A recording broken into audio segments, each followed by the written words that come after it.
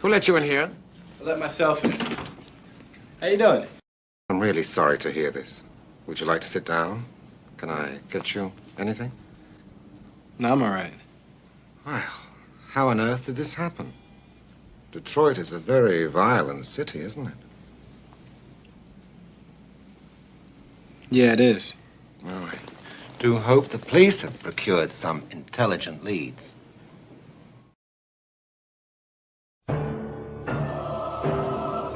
I see.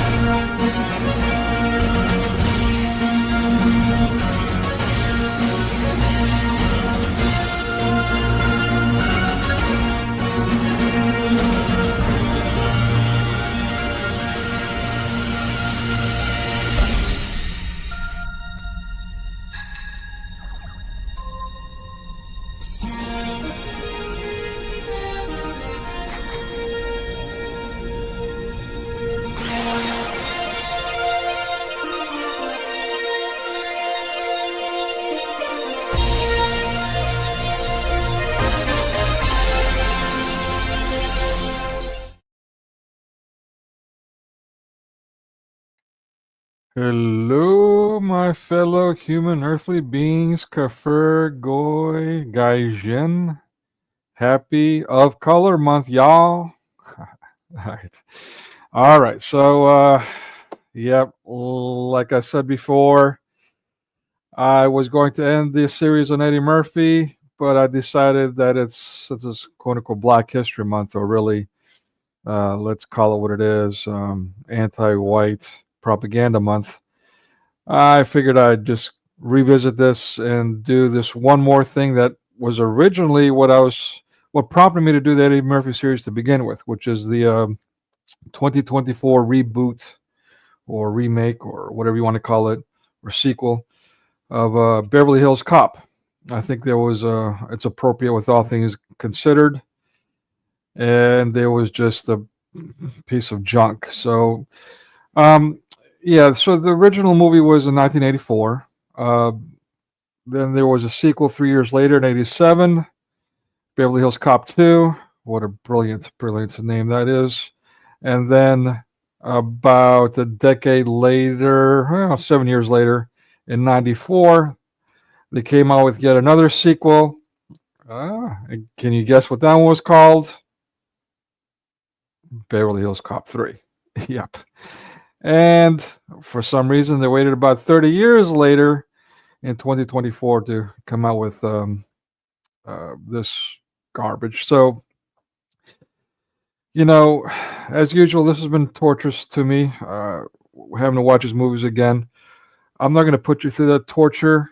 We're just going to. I'm not even going to do a presentation. I usually do a PowerPoint for these things, for these reviews. I might do a little. Just go through some images, some screenshots, some statics of the first and last movie mostly.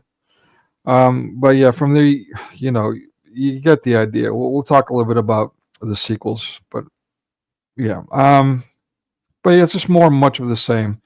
And after that, I've got some related videos, some current event stuff that I want to share with you as well at the end. And of course, you guys can come up anytime you want. Let me actually, I didn't put that. Let me go ahead and share that link now in chat. Here we go. Okay.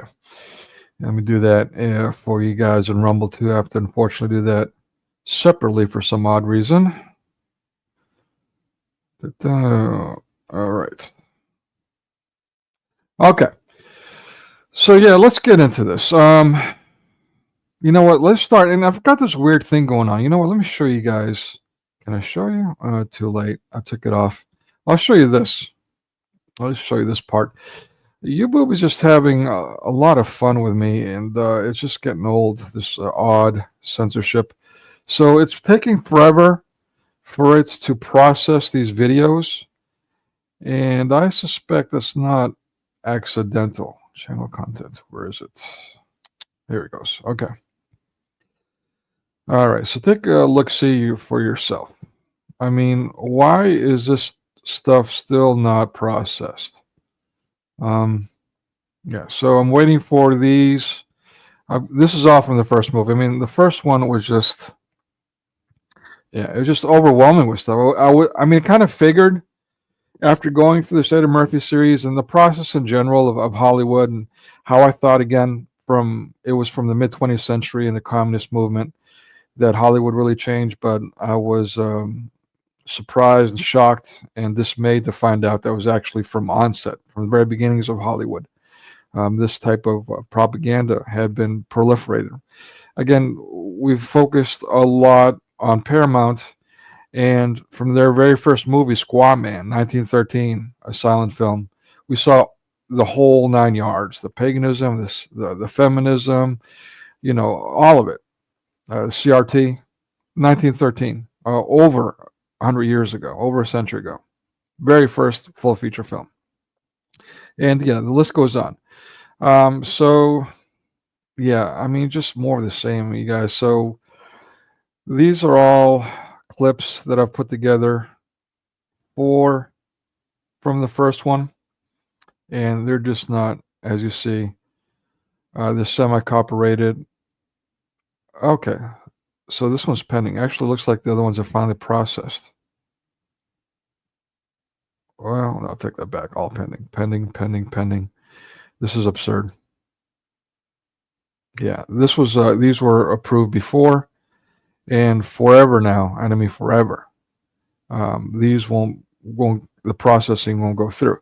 So what I'm going to do is I'm going to probably show you the first couple, so this stream doesn't get interrupted by the commie Nazi pagan YouTube. And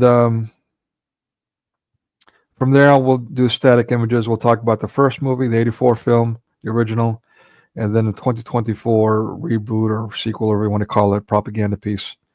Using static images. And then I'll come back and I'll try to show these one by one. Again, usual interruptions and so on.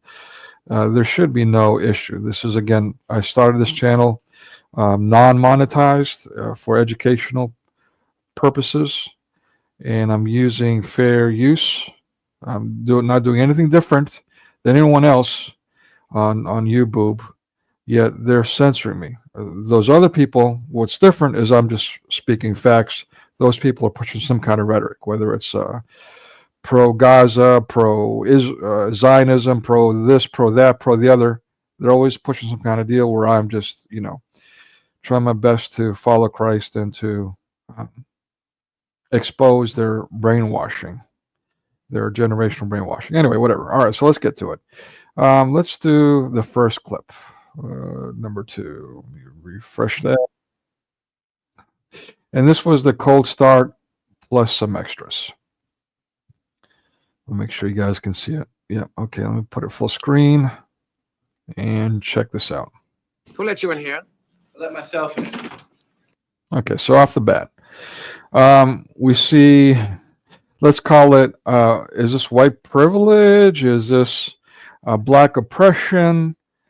Or is Hollywood, an Eddie Murphy produced film, his brother is habitually throwing money at him to produce his films?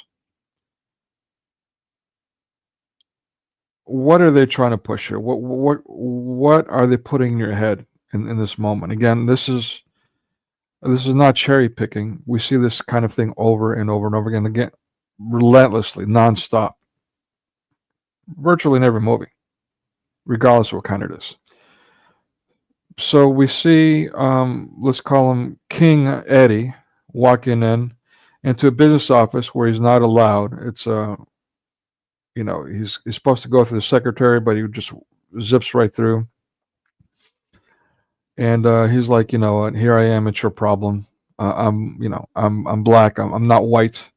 And you white people, you suits, are going to shut up and tolerate me, or else. How you doing? I'm really sorry to hear this. Would you like to sit down? Can I?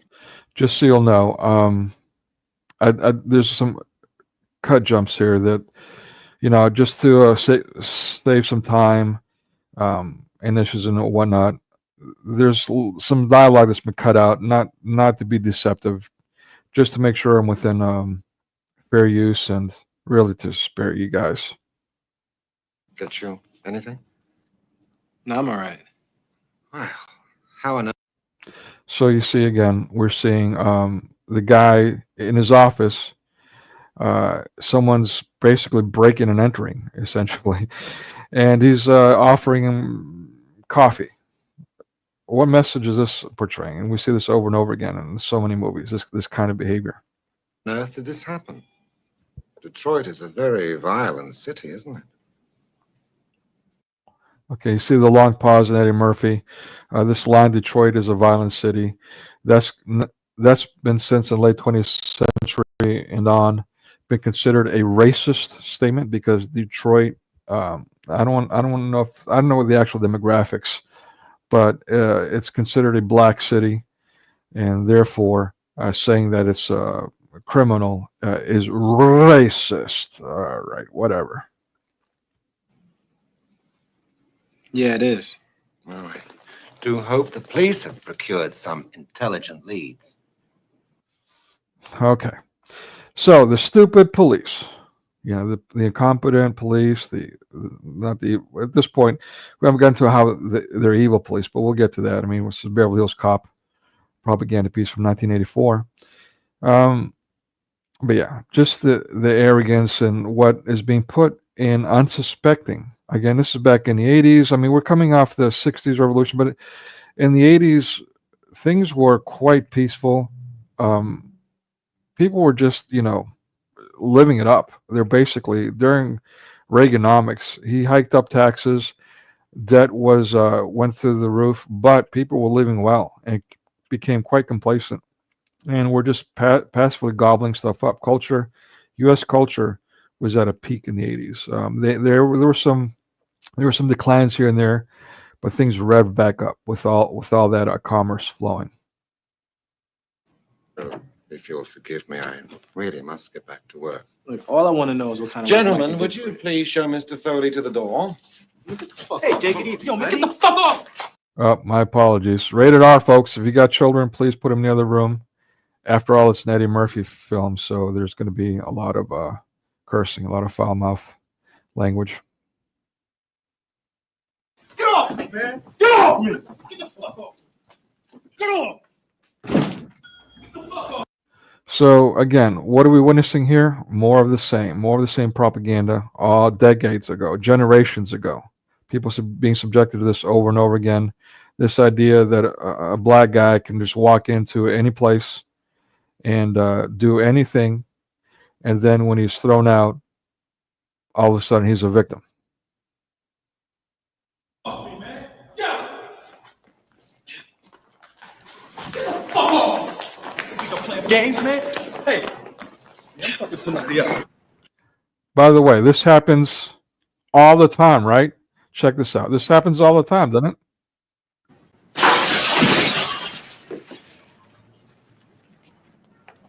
Yeah, that's how security behaves everywhere throughout the United States. I heard a beep. Someone up here? Hey, what's up? All right, you want to come up, Daniel? You ready? All right, let me put you up stage. I can't hear you. Can you hear me now? Yes. How's it going? I'm good, just cooking some eggs. Nice. Yep. Good choice. Nice. That's a staple of my diet these days too. Pork chickens. Good, good. Isn't it a bit, is it affordable in America now? I heard it was expensive. Yes. Everywhere too, as you know, in Europe. Yeah, it's ridiculous. Yeah, What they're we had doing to to us. butcher like 7,500 chickens because of it was too much vitamin D in the eggs. And yeah, there's a scene in one of the sequels that the characters are talking about this green agenda, so we can't eat red meat shenanigans. So yeah, it's just ridiculous. I mean, Yeah, it's we just all know that in Norway we get too much vitamin D. what's the problem with vitamin D? Vitamin D is good for you. I mean, Yeah, it is. No, they just get hysterical. Who knows? Who knows? okay. And that's like the lockdown thing. One of the deficits that created was a lack of vitamin D. That's really suspect. Yup. We get from the sun, which we're not allowed exposure to for a year plus, for 2 weeks to flatten the curve. Okay, so I see you got some presentation today about what's the topic? Okay, yeah, I swear. So I'm trying to do a different format. Wednesdays are as a dedicated, definitive day. I'll be doing watch parties, mostly religious films. This month, I'm trying to focus more on racism for the American Black History Month or Of Color Month, because we don't say black anymore, or we're just anti-white propaganda month. Right. So yeah, basically on Fridays I'll just do random things that are current events or something that I feel compelled to do. The day of the crucifixion, Wednesday being the day Judas betrayed Christ. So anyway, yeah, today I'm just because Black History Month, I'm doing a revisit of Eddie Murphy series, the Beverly Hills Cops movies. There's 4 of them, and then in addition to that, yeah, next Friday I'll probably do. I don't want to commit to it, but my plan is to go ahead and do the series on Whoopi Goldberg that I've been talking about. I've done Sister Acts before, but I'll talk about other movies and her in general. And then the following Friday, I follow it up with Oprah Winfrey, or at least that's what I'm planning on doing. Again, yeah. Yeah, And like then these deep dives on movies that you do. I remember that was the first thing when I first came over your channel. Which one? Sorry. When I first discovered your channel, we had some deep dive into a movie. I don't remember exactly what. Yeah. Yeah. I enjoy this. Was it Sister Act or was it something else? It was a children movie, some Disney thing. Oh, okay. Maybe. Was it animation? It might have been. What was it? Okay, Turning Red. Yeah, it's probably Turning Red. At any rate, or also the Mario Brothers. But yeah, so today, right now, I'm just showing some clips, for a couple of clips from the first movie, 1984, Beverly Hills Cop. And again, we see all the I didn't mean to steal your show here, so just continue. You're fine. And yeah, if you don't mind, while you're cooking eggs, I'm gonna cut your mic off. Sure. Yeah, just go ahead and cut it back on if you want to jump in at any time. But yeah, basically, yeah, we see again from the '80s for generations now. Hey, what's up, Slim? What's up, stranger? This propaganda going on and on and on forever. So it's nothing new. And to my disillusionment, again, I was trying to make excuses for Eddie Murphy, thinking that this recent uber political stuff that he's doing was because of peer pressure, but to my dismay, he's been extremely racist and a degenerate, not only in his productions, but also in his personal life, which I don't know why, but I was not expecting that either. Anyway, I mean, that's what happens when we have these, we idolize people, we might get blinded to the reality. All right, let's get back to this. Uh-oh. Uh-oh. And this is why we don't jam microchips into our brains. Let me try. Nope. Okay, let me try refreshing. Who let you in here? I let myself. Did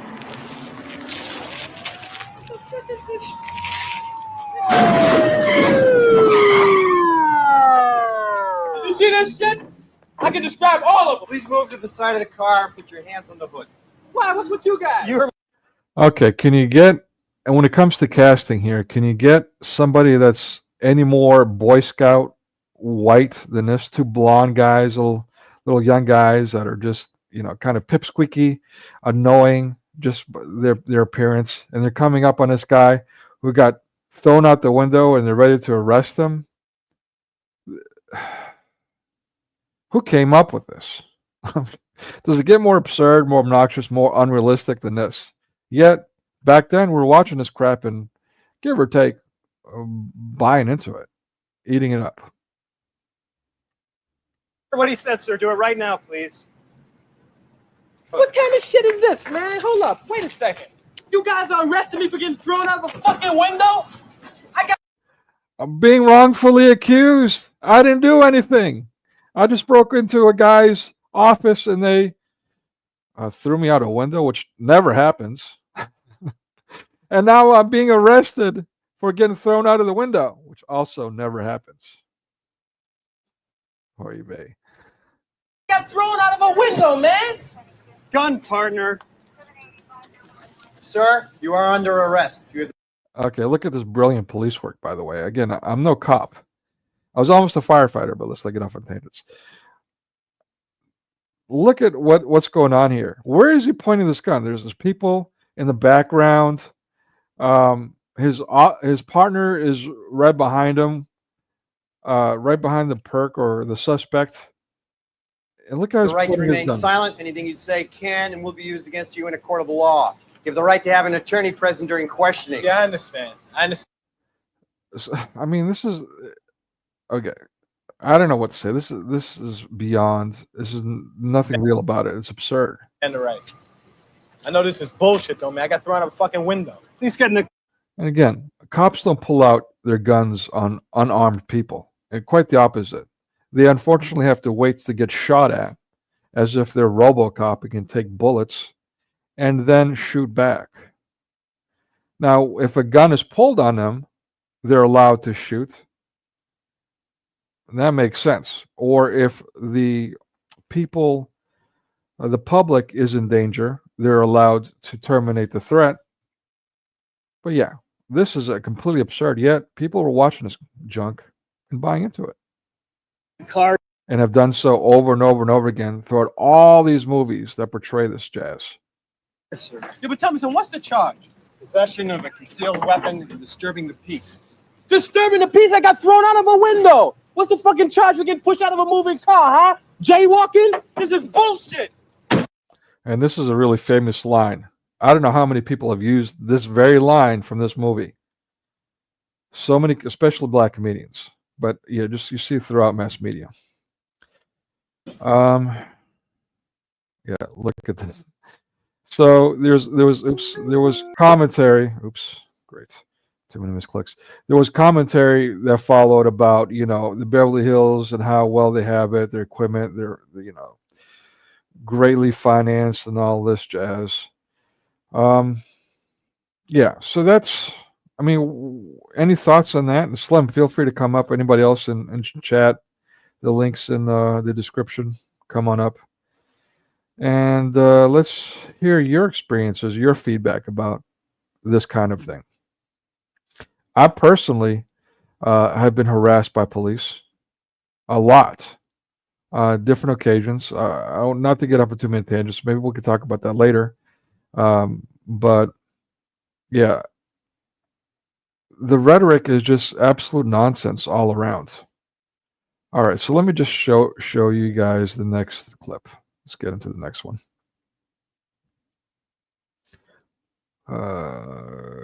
Full size. And now here he is being processed. Why didn't you identify yourself as a police officer when you were arrested? Because I was minding my own business. Where the fuck you? Okay, yeah, minding his own business. Wasn't doing anything. Wasn't doing anything. How many times are going to push that BS CRT propaganda? Absurd, man.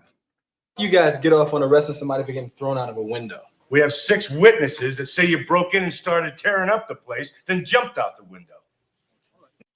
You see, and this kind of stuff now puts into the head of criminals saying, oh, you know, I can lie and get away with things, which is a standard. I'm not saying Hollywood invented that, but it certainly reinforces it, to say the least, if not puts the idea in some other people's head. Maybe some people weren't thinking of being criminals and they learned how to, you know, break into homes or be a burglar or, you know, do all kinds of crazy things from the movie industry. I've learned all kinds of horrendous things from the movie industry myself. And you guys believe that? What the fuck are you, cops or doormen? We're more likely to believe an important local businessman than a foul-mouthed jerk from out of town. Foul mouth? Fuck you, man. That's hilarious. All right, so yeah. Anybody have a problem with that? Rather taking the word of a businessman versus a criminal, black, white, green, or otherwise. You watch your mouth. Hey, man, don't square off on me with some bullshit. You want to start some static? Hey, don't push me. Fuck you, man. Taggart. Now, this may happen, but it's certainly, if it happens, I would say the response is appropriate. But I also got to add the caveat that in this sequence, this Hollywood sequence, the response is a bit exaggerated, to say the least. But certainly, cops put up with all kinds of abuse, and they always act professionally. You see it over and over and over again. Videos online all the time, even though there's clips that show you otherwise. And I'm not saying there aren't abuses of the police. Again, I've endured arguably these abuses, or at least how they're portrayed on media myself. And you guys might not know this, but I'm not black. Huh. Yes, sir. Come here.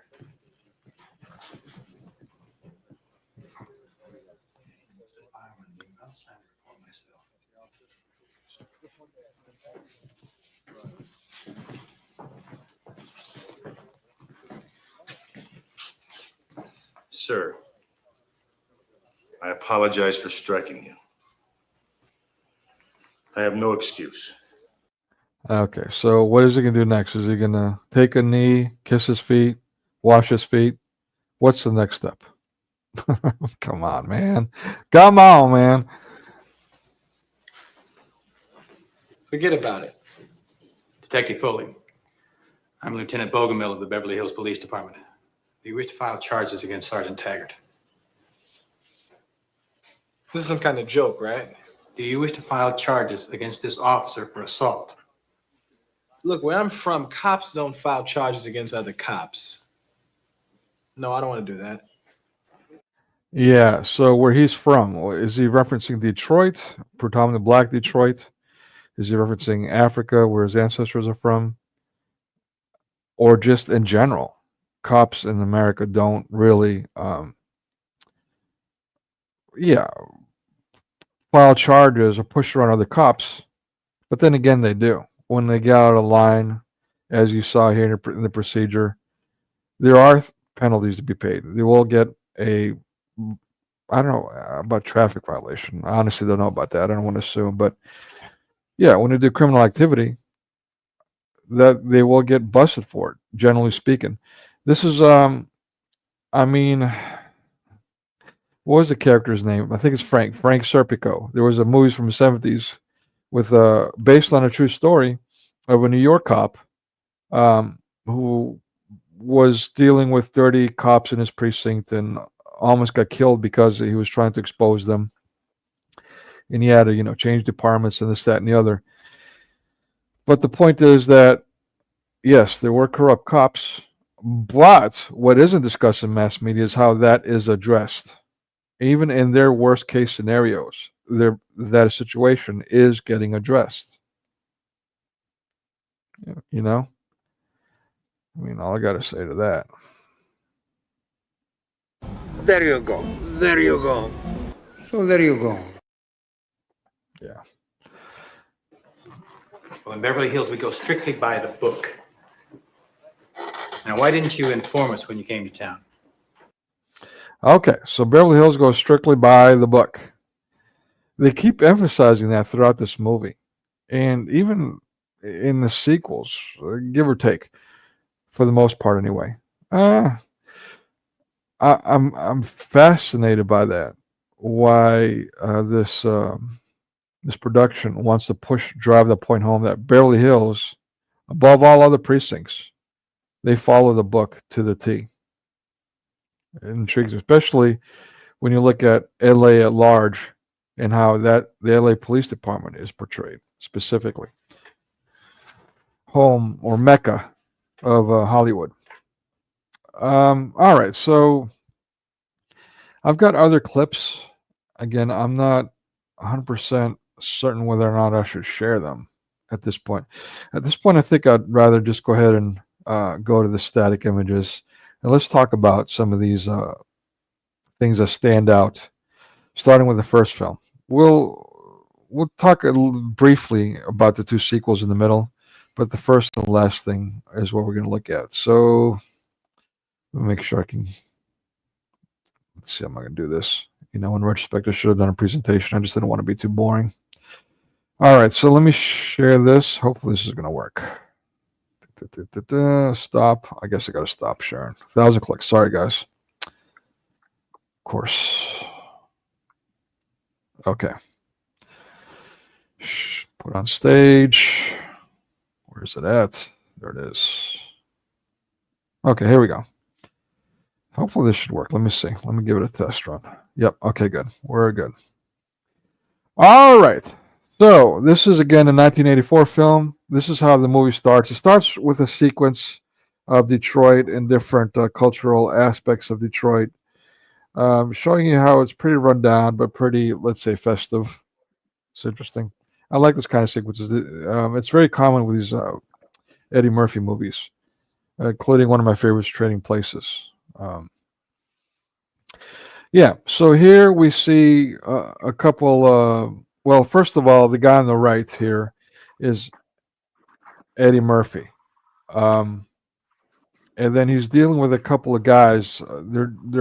He's trying to buy stolen cigarettes from them in a truck, and of course they're Guidos. They're Italian, so there's that anti-Italian trope. And then who pulls up by accident, sees something suspicious in the alleyway in the background, and they start pulling up? Two goofy white cops. You couldn't, when it comes to casting, you can't get goofier than these two guys over here. So they're pulling up, and what happens? Now Eddie Murphy is undercover, and all hell breaks loose because of the two white idiots. So we have the Italian mobsters trope and a stupid white man trope. Did you want to add anything to that, Daniel? No, just please continue. Okay. All right. So let me go to the next one. This is at the 8-minute marker. He says, "I ain't got time for you." So basically, this guy, which we see in the 2024 reboot, he's so annoying. God, this actor, he's not one of my favorites. Very Jewy, and I know this sounds anti-Semitic, but some of them are just like not Adam Sandler. It kind of annoys the hell out of me, but what's the other one I can't think of? Mystery Men. Anyway, yeah, there's some that just are really friggin' annoying. The nasally stuff, their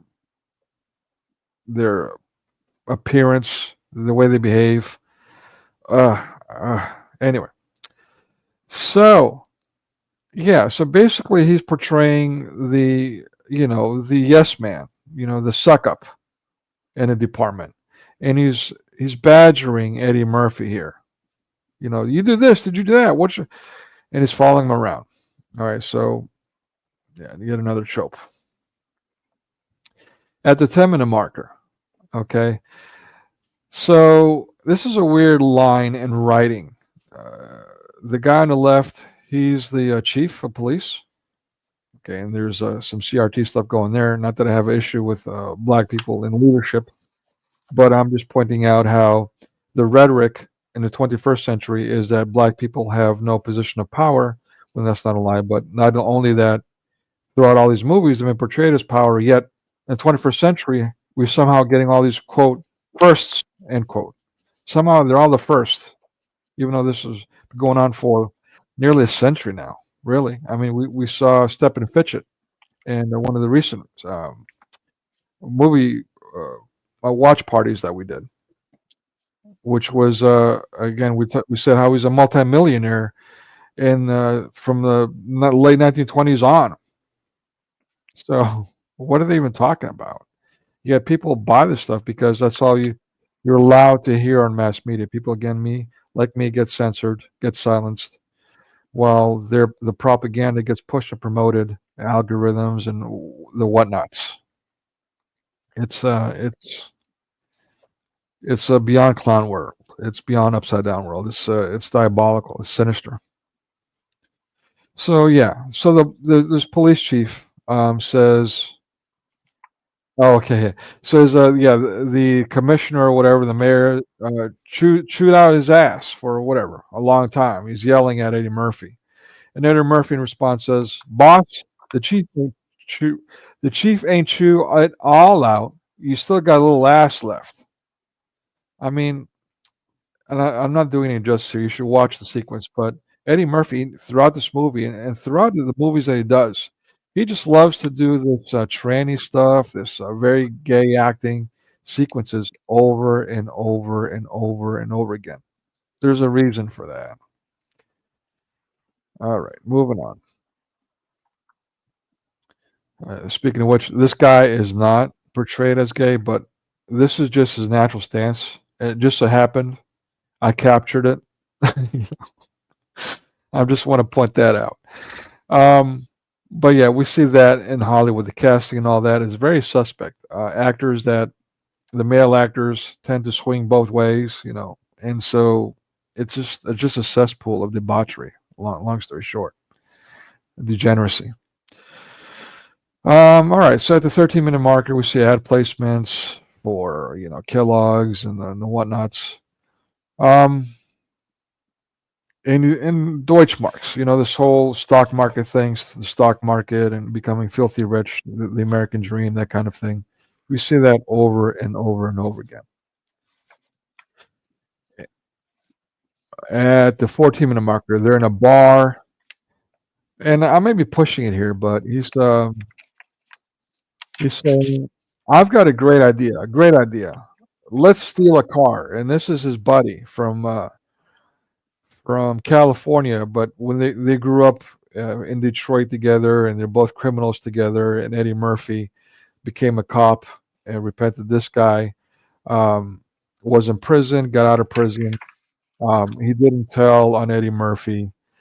So he's like, "Hey man, don't you know why I didn't do that? Because I love you, man." And this weird kind of moment. Again, I may be taking too far. I'm Greek. We're all about love, as in familial love, friendship love, and romantic love. That differentiation.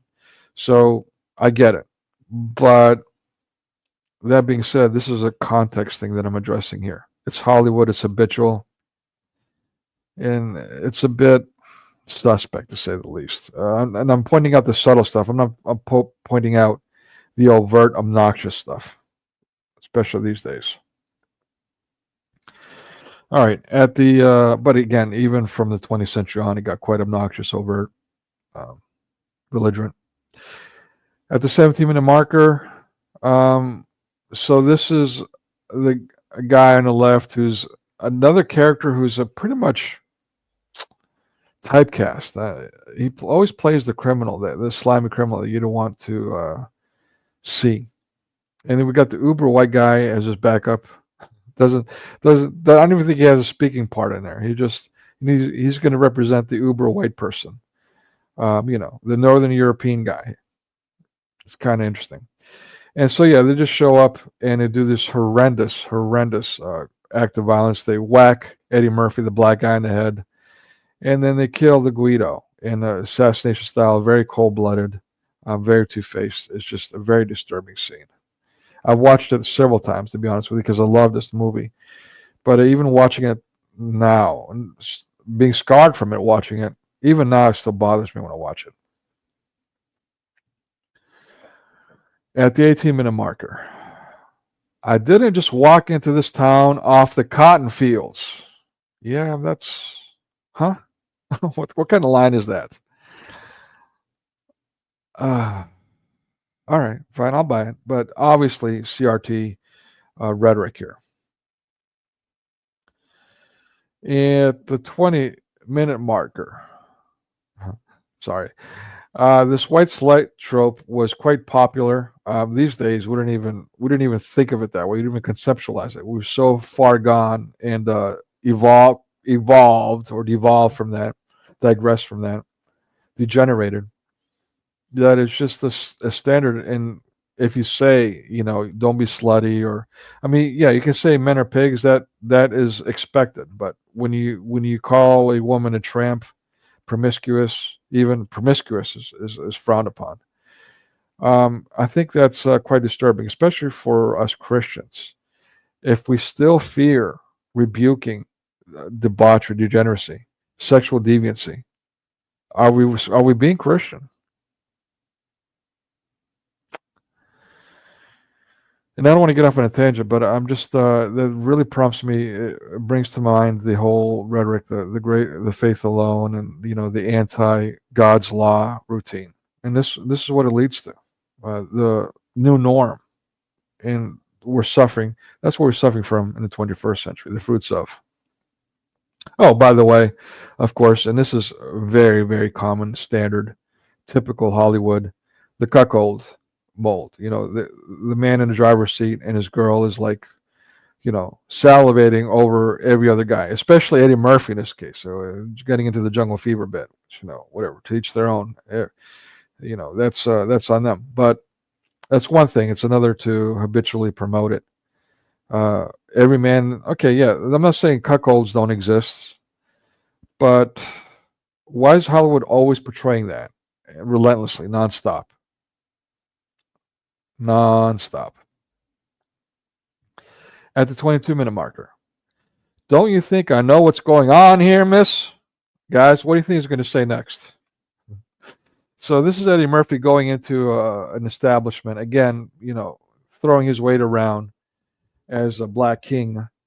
And he's using propaganda that we're all too abused by these days. And for decades, for generations now. All my life, I've had to deal with that kind of crap. With a random black person walk up to me and doesn't even know me. Oh, you racist? Oh, you racist?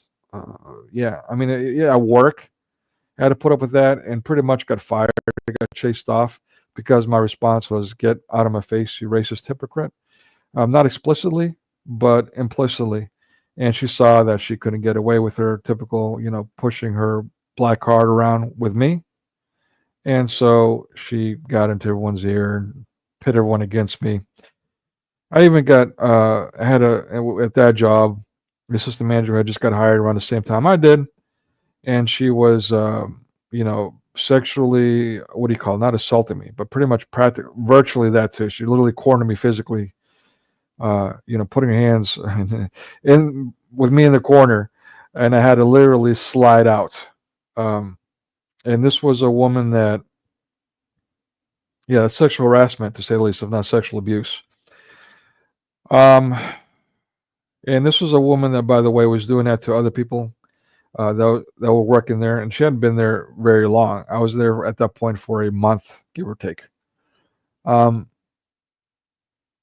she was also married. And when I complained about it, when other employees were complaining about her for different reasons, and I brought that up.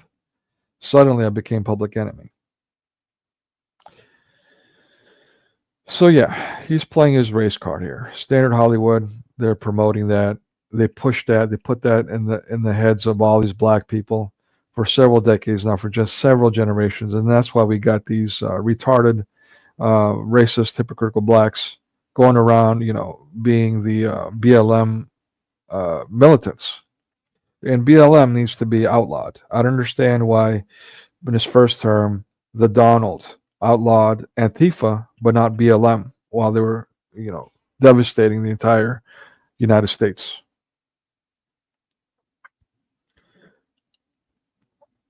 At the 23-minute marker, okay, Michael Jackson was really back. This is mid-'80s, 1984.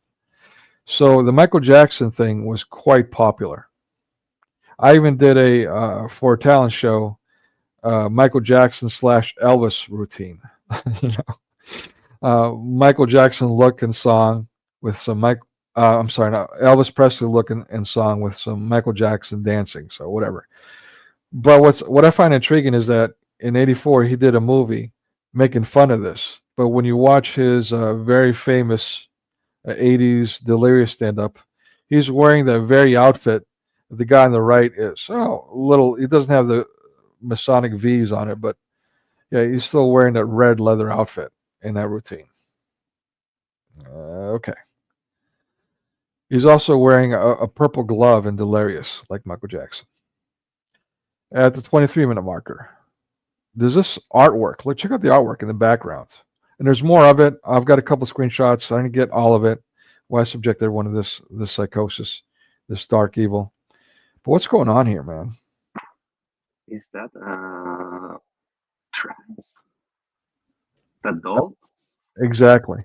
Yeah. Well, and it's a demonic one at that. It's like a Baphomet, postmodern, 21st century art in the late 20th century. That's exactly right. Getting rated R, people. My apologies. And again, you see more of this stuff. This is like QAnon stuff. But they're not being portraying as QAnon. We had a laugh about it. But throughout the movie, this art gallery, which is one of the main scenes where they shoot a lot of the sequences, where a lot of the action takes place, it's presented as elite or well-to-do art, esteemed, prestigious stuff to have. They don't explicitly say it, but they implicitly imply it with their behaviors. Outside of Eddie Murphy looking at it and laughing, that's all you get. Haha, it's funny, and therefore it's okay. The rest of the time, it's wow. Only the privileged have access to this. And there's more. It gets more disturbing. I intentionally chose this frame to not expose everyone. I don't want to scar people for life. Because even the Alice in Wonderland on the top left corner. I mean, I can't. I'll do 1,000 clicks. I'll address it in a minute about this kind of art. Oh, comments. I'm missing comments. My apologies. Hey, Give the Gospel. How you doing? Yeah, thanks for the reminder. Let me put that up there. Yeah, it's quite disturbing. We'll talk about that. And it bothers me that even though with all the Steins and whatnot, they got arrested and got off. And got off, by the way. Got off easy. Even Polanski, he's on the lam. Still not prosecuted. How everyone's in mass media is mocking the idea that this should be addressed. Especially these days, how by law in some places they're forcing all this sodomy on children. Yet we're being mocked for bringing it up even. What's going on here? Where am I at? Oh yeah, here. Okay. Let's move on. Uh-oh. I think it froze. Oh, this is the other one. I said I wasn't subjected to it. My bad. All right, let's move on. Okay. All right. So at the 24-minute marker, again, this is a foreign character. He did a series, Perfect Strangers. They're both foreigners, I believe, from what I remember. I was pretty young when I watched the TV show, but basically, from what I remember, they're both gay, and so this is pretty much the same character just put in this movie, Balky, and his name in this movie is Serge, and he goes on with this crazy gay, flamboyantly gay, back and forth. But it's interesting how the foreigner is portrayed in, well, in all reality, not positive light. And what's going on? He calls for his assistant. His assistant is, let's say, this Italian-looking guy. He's got the hair chest showing out, and the gay guy's like giving him all kind of hell. He's like, "Oh, this is not sexy. This is not sexy. Cover up." So again, hair bad, queer, glamorized. And here we are. We're suffering what we're suffering today because of this kind of conditioning. Let me see if I got a good one for this. I do. I just can't remember. Give me a moment. I want to get it. Wow. Oh, Lord. Forgive me for this. Here we go. Asshole mio, oh, sada mia. Anyone scarred for life just from that quote-unquote comedy routine? Jim Carrey, Ace Ventura. And by the way, that was a police chief, or in that movie, she, he, it is a transvestite. All right, so let me get back to what I'm talking about. I'm getting a little worked up. Okay, and again, this is the sadistic art in the background. It's really creepy. Where's the ADL, by the way? Isn't the Anti-Defamation League? Why doesn't the ADL address all these Hollywood tropes, or any of them, for that matter?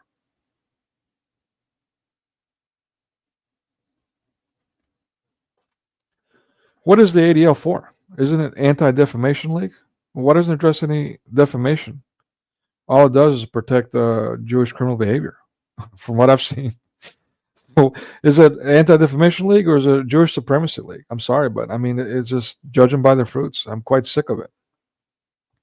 At the 25-minute marker, speaking of covering up, so tell the man who's got hair on his chest, libtards forbid, yet this woman has got her boobless boobs hanging out, and that's wonderful. And this sequence, I mean, she's like all but, turning around and doing the twerking it, Come on. And you guys might think I'm just I'm overdoing it, but this is habitual, over and over again. Not only through all the movies, but even in this movie in itself, over and over and over again. At the 26-minute marker, again, we've got the emasculation. By the way, female boss. I've got no issue with women in the workforce. Let me just say this. And this is what kills me. Let me get off on a tangent here about this whole feminist thing and the implications thereof. The broken home syndrome. Nobody calls it that, but it's a plague. It's a worldwide plague that's been brought onto us by mass media. Top down, sure, but mass media. What good has come from it compared to what bad has come from it? What is the implications of broken homes? So what happens, and this is not the only reason, but this is certainly a very big reason, if not the biggest reason. Unfortunately, I don't have the empirical evidence to share with you because no institution of academia would do that. They'd rather push the propaganda. But we've all experienced it. We've all probably come from these broken homes, one way or another. Even for myself, to be frank, I come from a traditional home. My parents stayed married. But as an adult, I've realized that my own mother, who many consider a saint, was a libtard growing up, was a feminist. And that was problematic in the relationship, to say the least. But let me put in perspective.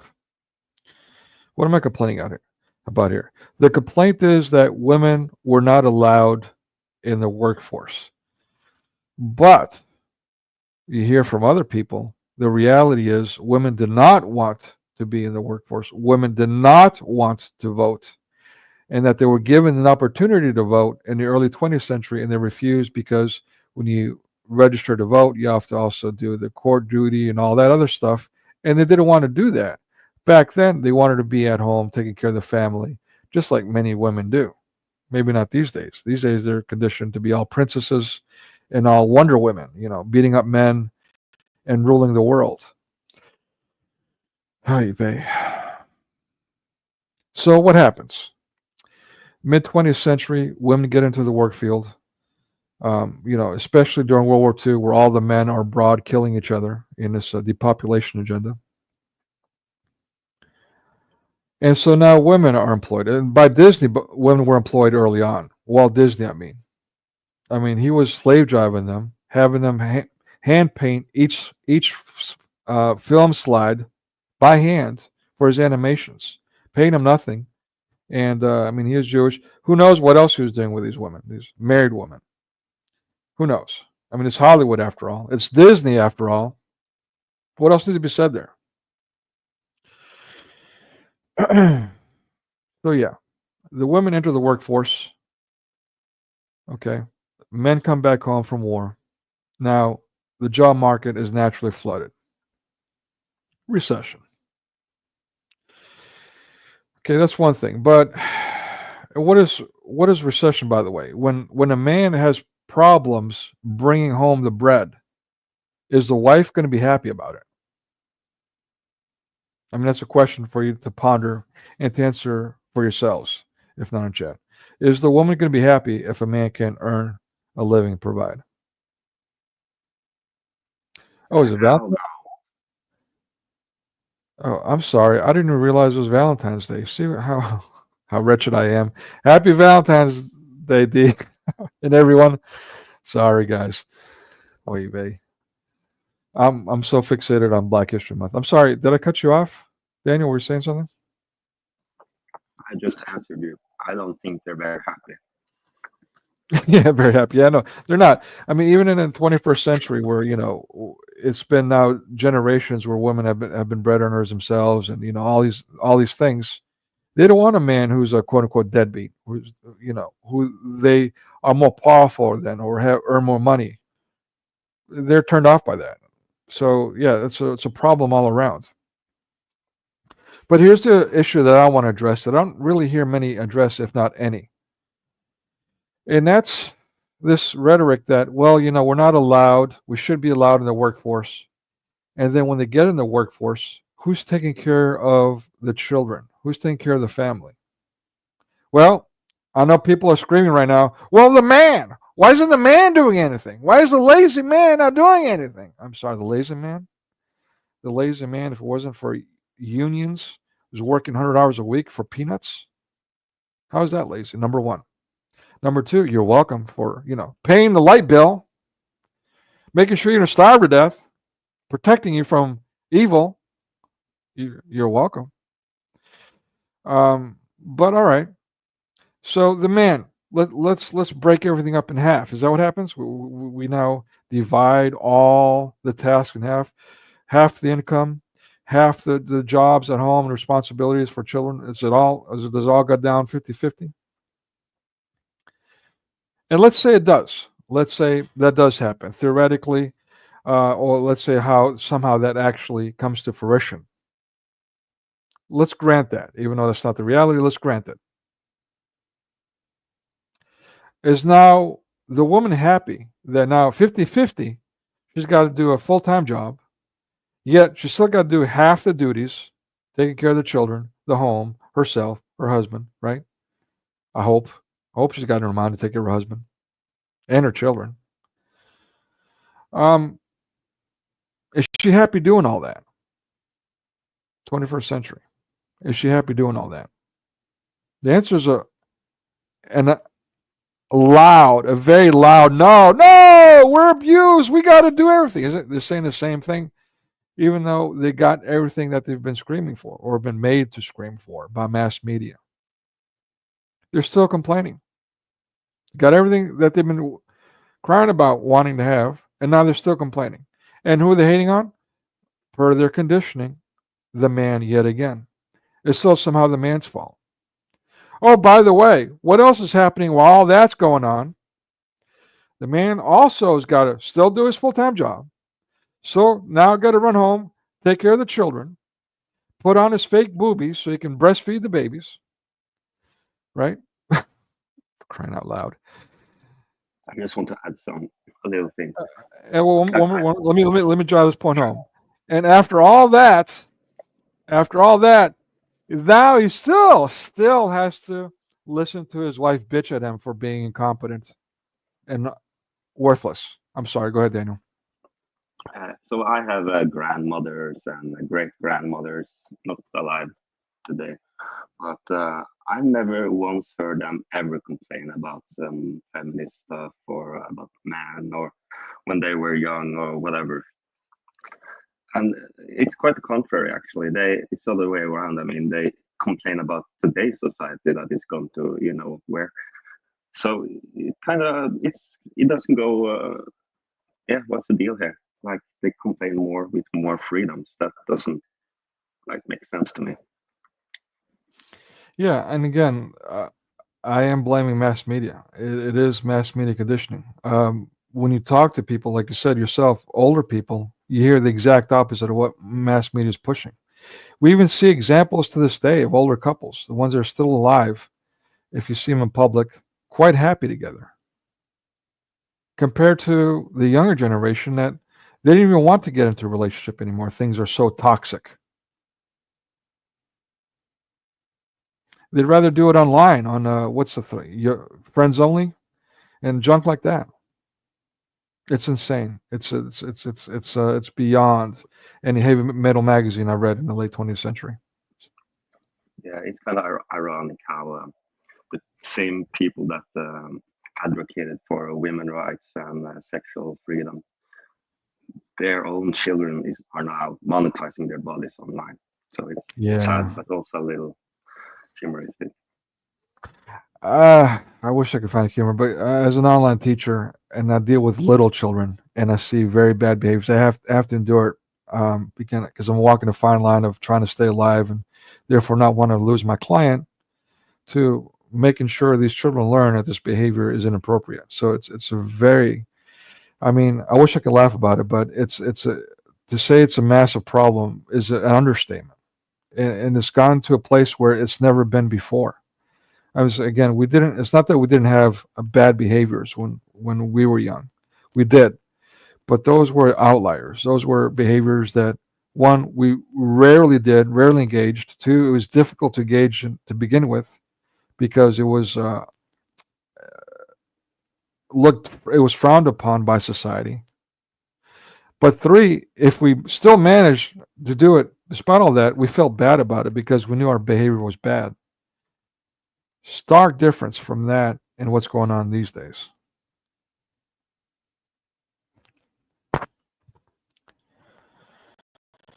All right, let's get back to this. 26-minute marker. All right, moving on. Okay, I'm going to say the line. That 26. Mike, you mentioned you helped him get a job. Yeah, this guy who owns this gallery. So basically, yeah, she's in position of power. But not only that, Mikey, their mutual friend, the one who gets assassinated brutally, she got him a job. So emasculation all around. Okay, this is from the sequence that we just saw. Who let you in? I let myself in. Shut up, white man. Oh yeah, by the way, what is this outfit he's wearing? You see this a lot in Hollywood movies. This glamorization of the Far East pagan culture. Yet, yet the Greeks are being hated on. We're going to get into that too some today. And I'm sorry, you guys are probably sick of me hearing saying it, but I think it's important because it just continues to get more and more prevalent. And I had just an episode the other day on the Orthodox channel, which is also a thing. It's a jurisdictional thing. The Russians and Antiochians are not as bad. Depends on which Antiochians. But these different cultural groups that, just like people do, they get really, I don't know. Well, if I call it territorial, that would be evolutionary. I don't want to call it territorial. Just basically what Christ warns about, and it's anti-Christian. But let me just since I brought it up, real quick tangent. For those who have these experiences with these Greek communities, do you ever have an experience where a Greek comes into a non-Greek community? Let's say a Greek comes into an American community in America and says, "You Americans, you're speaking English. Stop acting like Americans and eating hot dogs and pizza and speaking English. What's wrong with you? You're being fascist." Has a Greek ever done that? Or have you ever heard a Greek do that in any situation? To any degree? Yet, as a Greek, I've experienced this all my life in all these Greek institutions, including churches. Excuse me, sorry about that. And even in Greece, even in isolated Holy Mountain, I've had non-Greeks go in a very isolated place of the isolated Holy Mountain and start complaining that people aren't speaking English in this place.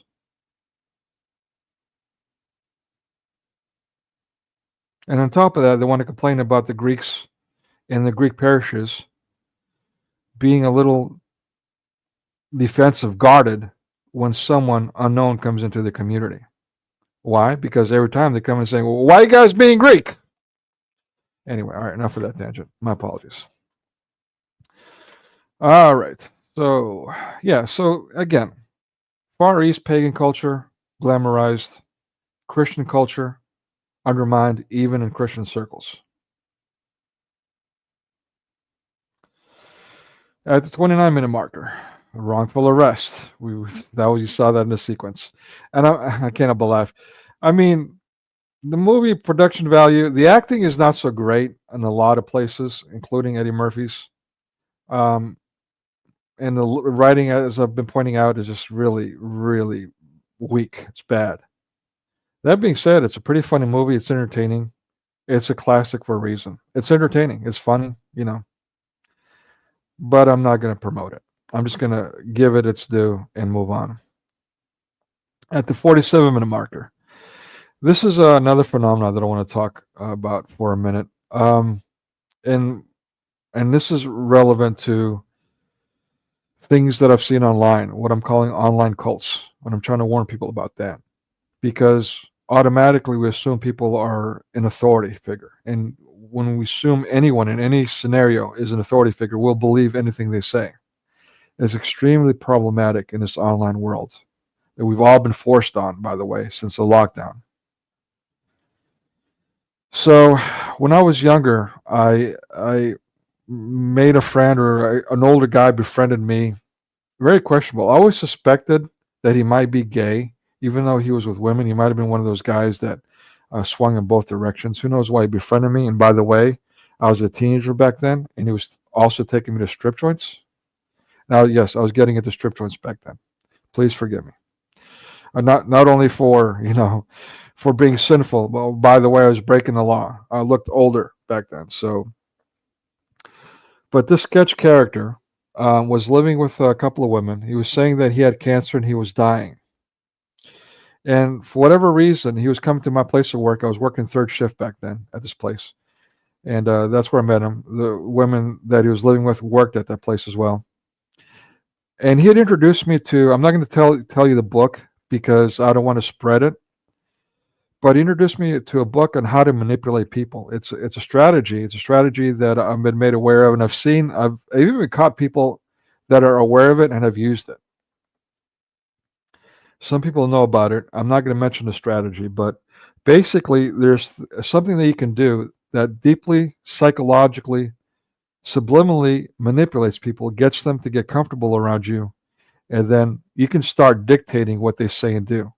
You can get them to start mimicking or parroting your behavior and your mannerisms.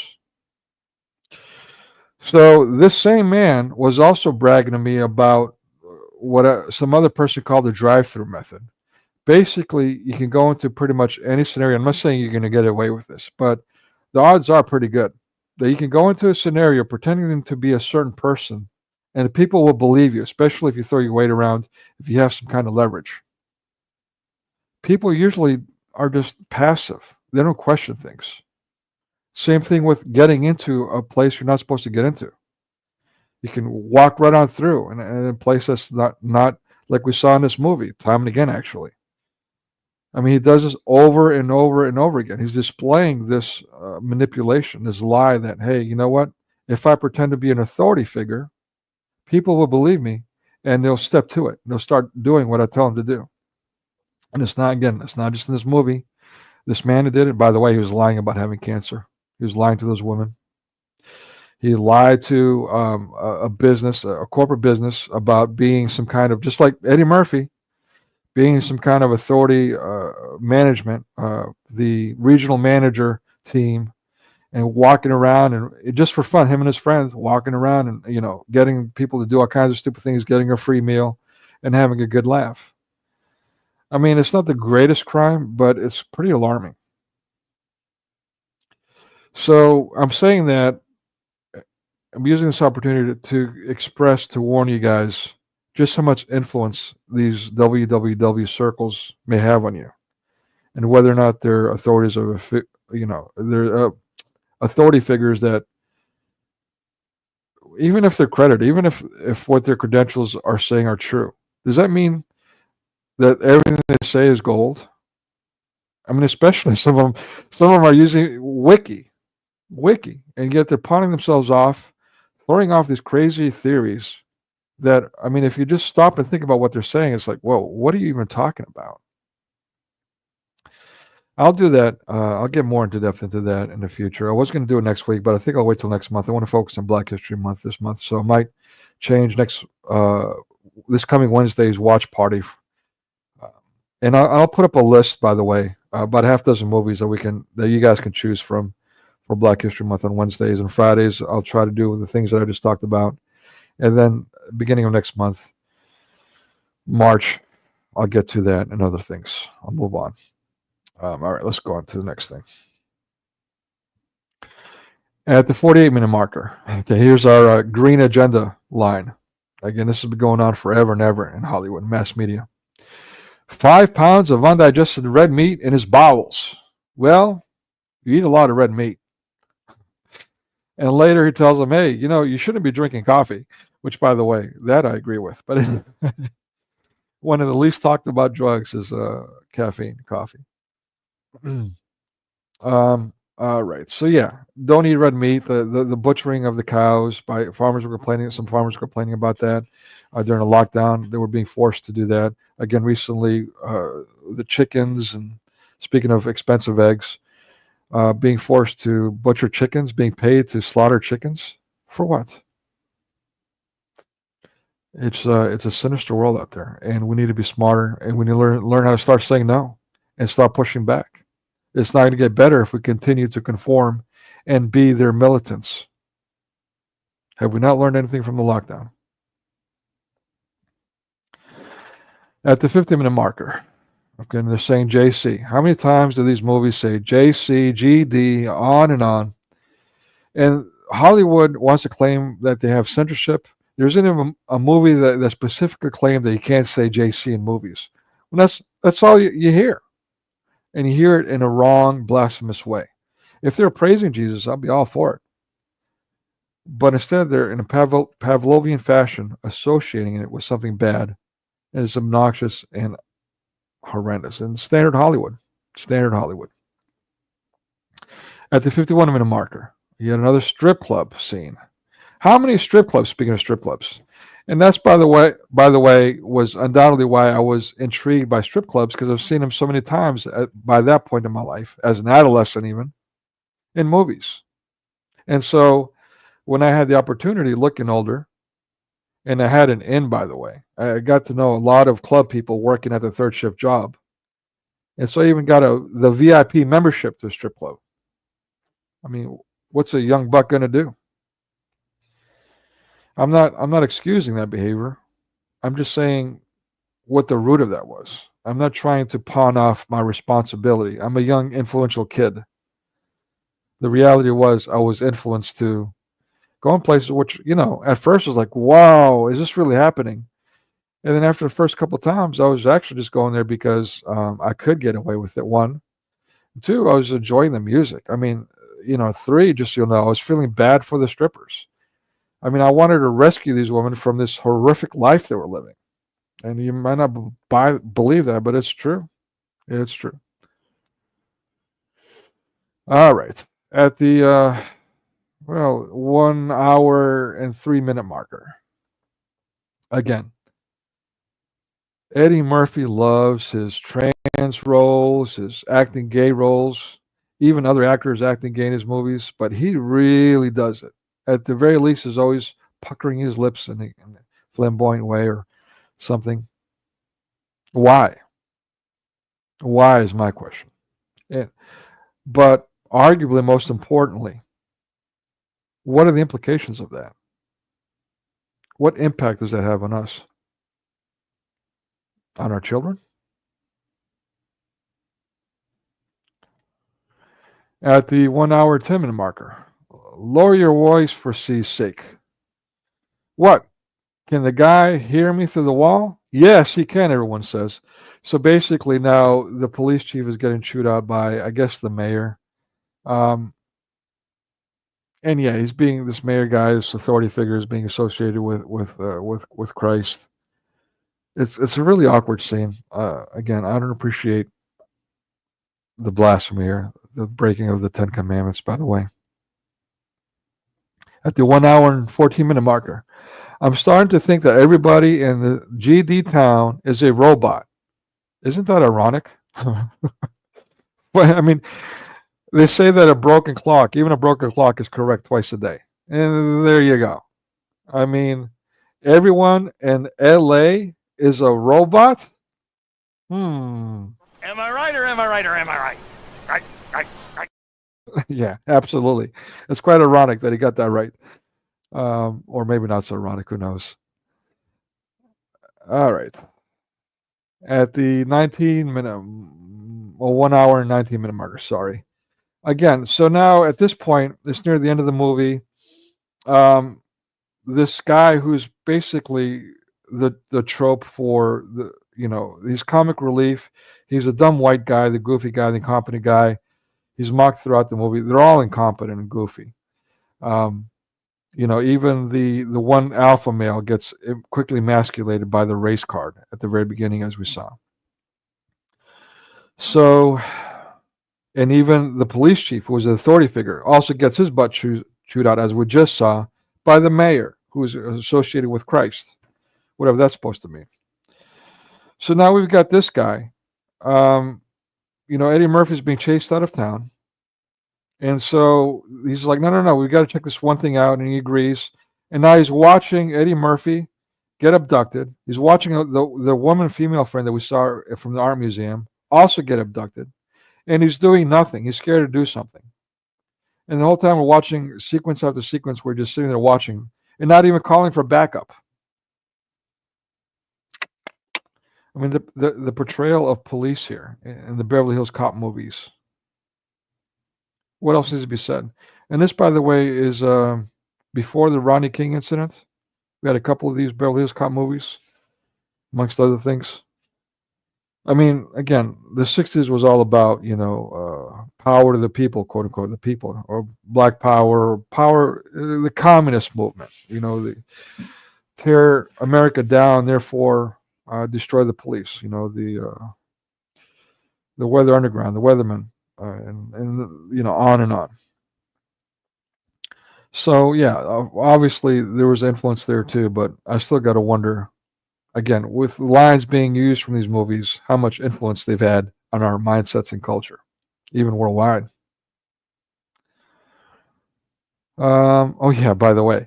So what happens here? This guy is like watching, he's not doing anything, and then finally he gets inspired to get involved to save the Eddie Murphy character. And so just like this recent movie, the Magical Negroes and all that. I don't know if you guys watched any of that. I forced myself to watch it. And it's absolute propaganda piece both ways. It's inciting both white people and black people. It's making black people feel inferior and stupid and all that. And of course, making them hate white people, the standard for decades now through Hollywood and TV and all that. Um, so yeah, this movie is called the Magical Negro. I forget what it's called, but it's basically the premise is that black people have these magic powers, and they got a secret society, and they've been around forever, and their job is to make white people feel comfortable around them. I mean, it's just so obnoxious and evil. I mean, I can't help but laugh. It's just so insane. So yeah. So it turns out in the mid '80s movie, the Eddie Murphy character is one of those magical Negroes who helps his putz, coward white boy, uh, get some balls and be a cop. Okay then. Really? Well, isn't that special?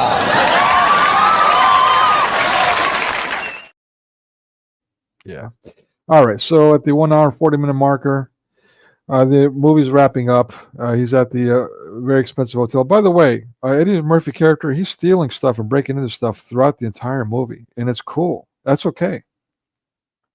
Well, you might not think much of that before the BLM riots and all that, but since the BLM riots, huh?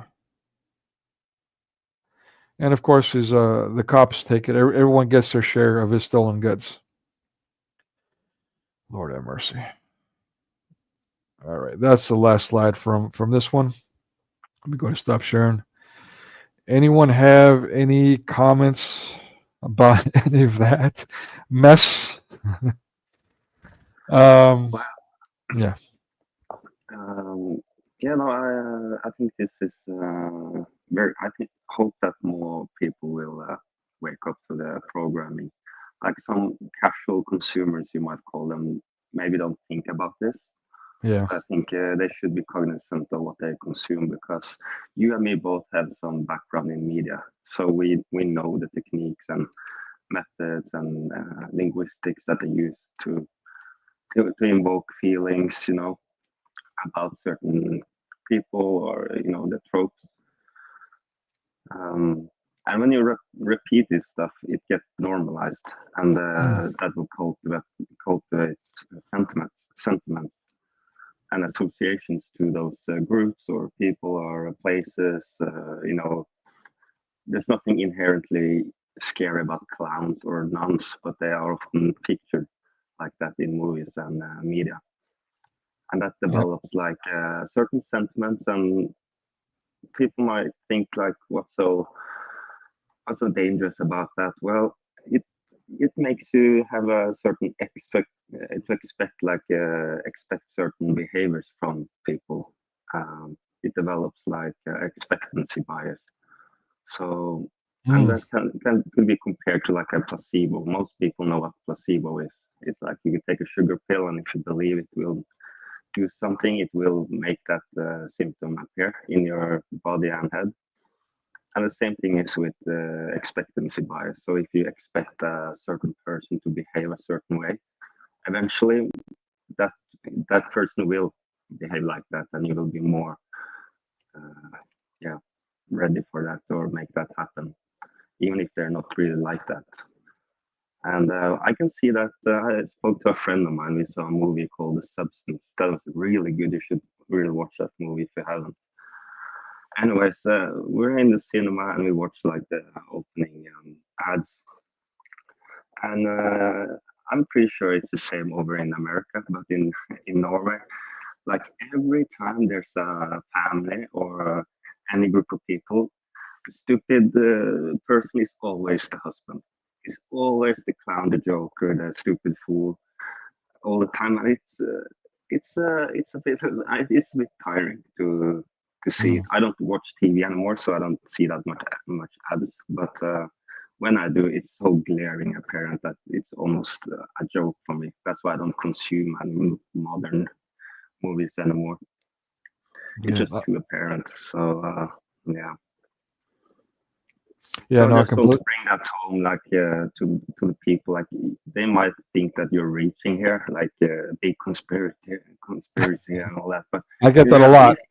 it's just you're very passionate also, so that might be an element of that. But I just wish that people become more aware and think about what they are watching and why is it why are they presented as such in what they consume in poetry, movies, and music, lyrics, all that. Like what's the feeling they want us to? Yeah, what's the feeling they try to invoke in you? Why? What's the agenda? That's a perfect question. I mean, thank you, and that's I mean, yeah, thank you for everything you just said. I should really let me get a time.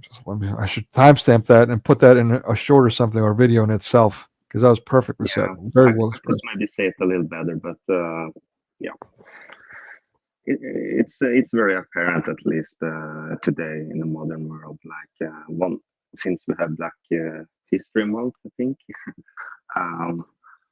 The white people are always seen as, or it's expected like that we are inherently racist just for being white. And some people might think that as a white person you can't be racist towards a white person, and that serves like two purposes. For one, it means that we can't claim reparations or be a victim from the same oppressors they have. And also, it also invokes a kind of feeling of pride of being white, because I don't ever feel or think that I'm better than anyone based on my skin color. But I know that there are a lot of people who do think that the white people have more privilege. And when they tell me that over and over and over and over again, eventually I almost feel like, yeah, maybe I am like better since I'm white. I don't need to feel like anyone is racist or bad towards me because of it. So it develops easily like a prideful feeling, I think, and that's a dangerous way to go, because I think those nationalistic Nazis, you could say, they do. I think they feel a lot of pride in their nationality or ethnicity. Yeah, and that's fair. That's definitely a real thing. Like, yeah, and that's another thing. And I'm glad you brought that up too, because that's important too, and that's just something that concerns me in my own work here. Is that I don't want to be part of the problem. I don't want to add more fuel to the fire, and I especially don't want certain people, like for example, maybe Muslims, taking what I use. That would be a nightmare. For their own agenda, because they're obviously fascist. Like the things I say about Jews, like, oh, you see, and then using that as a propaganda for genocide. Or even the libtards these days, not so ironically, who are also literally anti-Semitic, or they're fascists and are hating Jews. I'm not trying to hate Jews for the sake of hating Jews because they're Jewish. I'm irate that they've done so much damage worldwide and have not only gotten away with it, but continue to get away with it because we're not allowed to say anything about it. So what I'm trying to do is trying to focus on the message and expose that and share that with others, so people can be at least cerebrally or cognitively equipped to combat that. At the very least, if we're all creatures of habit, and it's difficult to get away from something that you've done for all your life, especially if you do it a lot. But if you're unable to get off media, like both you and I have done, at least to some degree, at least, I don't know. I mean, the problem is, I want to say be aware of it, but here's the other problem. Statistically speaking, even if you're aware that you're being brainwashed, you will still succumb to brainwashing. Most of us.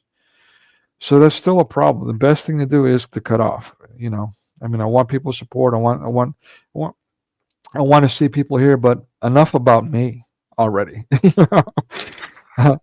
I mean, I want, and here's the other thing, you guys. If you are not someone who is just, you know, or just think I'm making these things up or whatever, who understands, who realizes what I'm saying to be fact, and are concerned about others, please share what I do. Even if you get backlash, people need to be made aware because very few people are talking about this problem, at least the way I'm doing it. Some people will like there's people that talk about the Marvel movies and how horrible they are, the MCU and these kinds of things.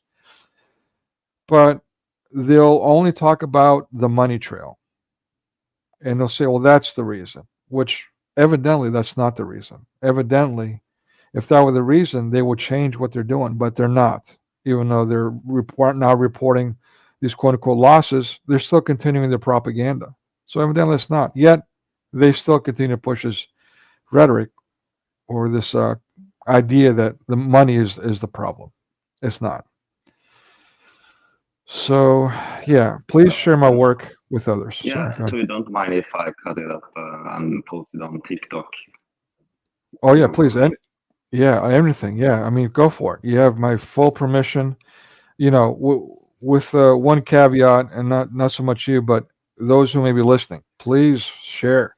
You know, I don't want to be vain. Like I'm not trying to go viral, but you know, it pains me that, for instance, Paul Sutliff is another one who does really good work. He's doing work on Sharia law, and he's going line by line in Reliance of the Traveler, or Sunni Sharia law. And you see things in there that everyone should know about, but his stuff does not get out there for some reason. It's baffling. So yeah, the point is just please share for the sake of that. Oh. Is that the one you were on yesterday? Oh yeah, that's right. Yeah, I'm multi-streamed here too. Okay. Yeah. Well, you said something interesting about the money trail, and it's true. Like if you follow the money, you find like the people. But if you want to know the motive of someone, you look at the victims.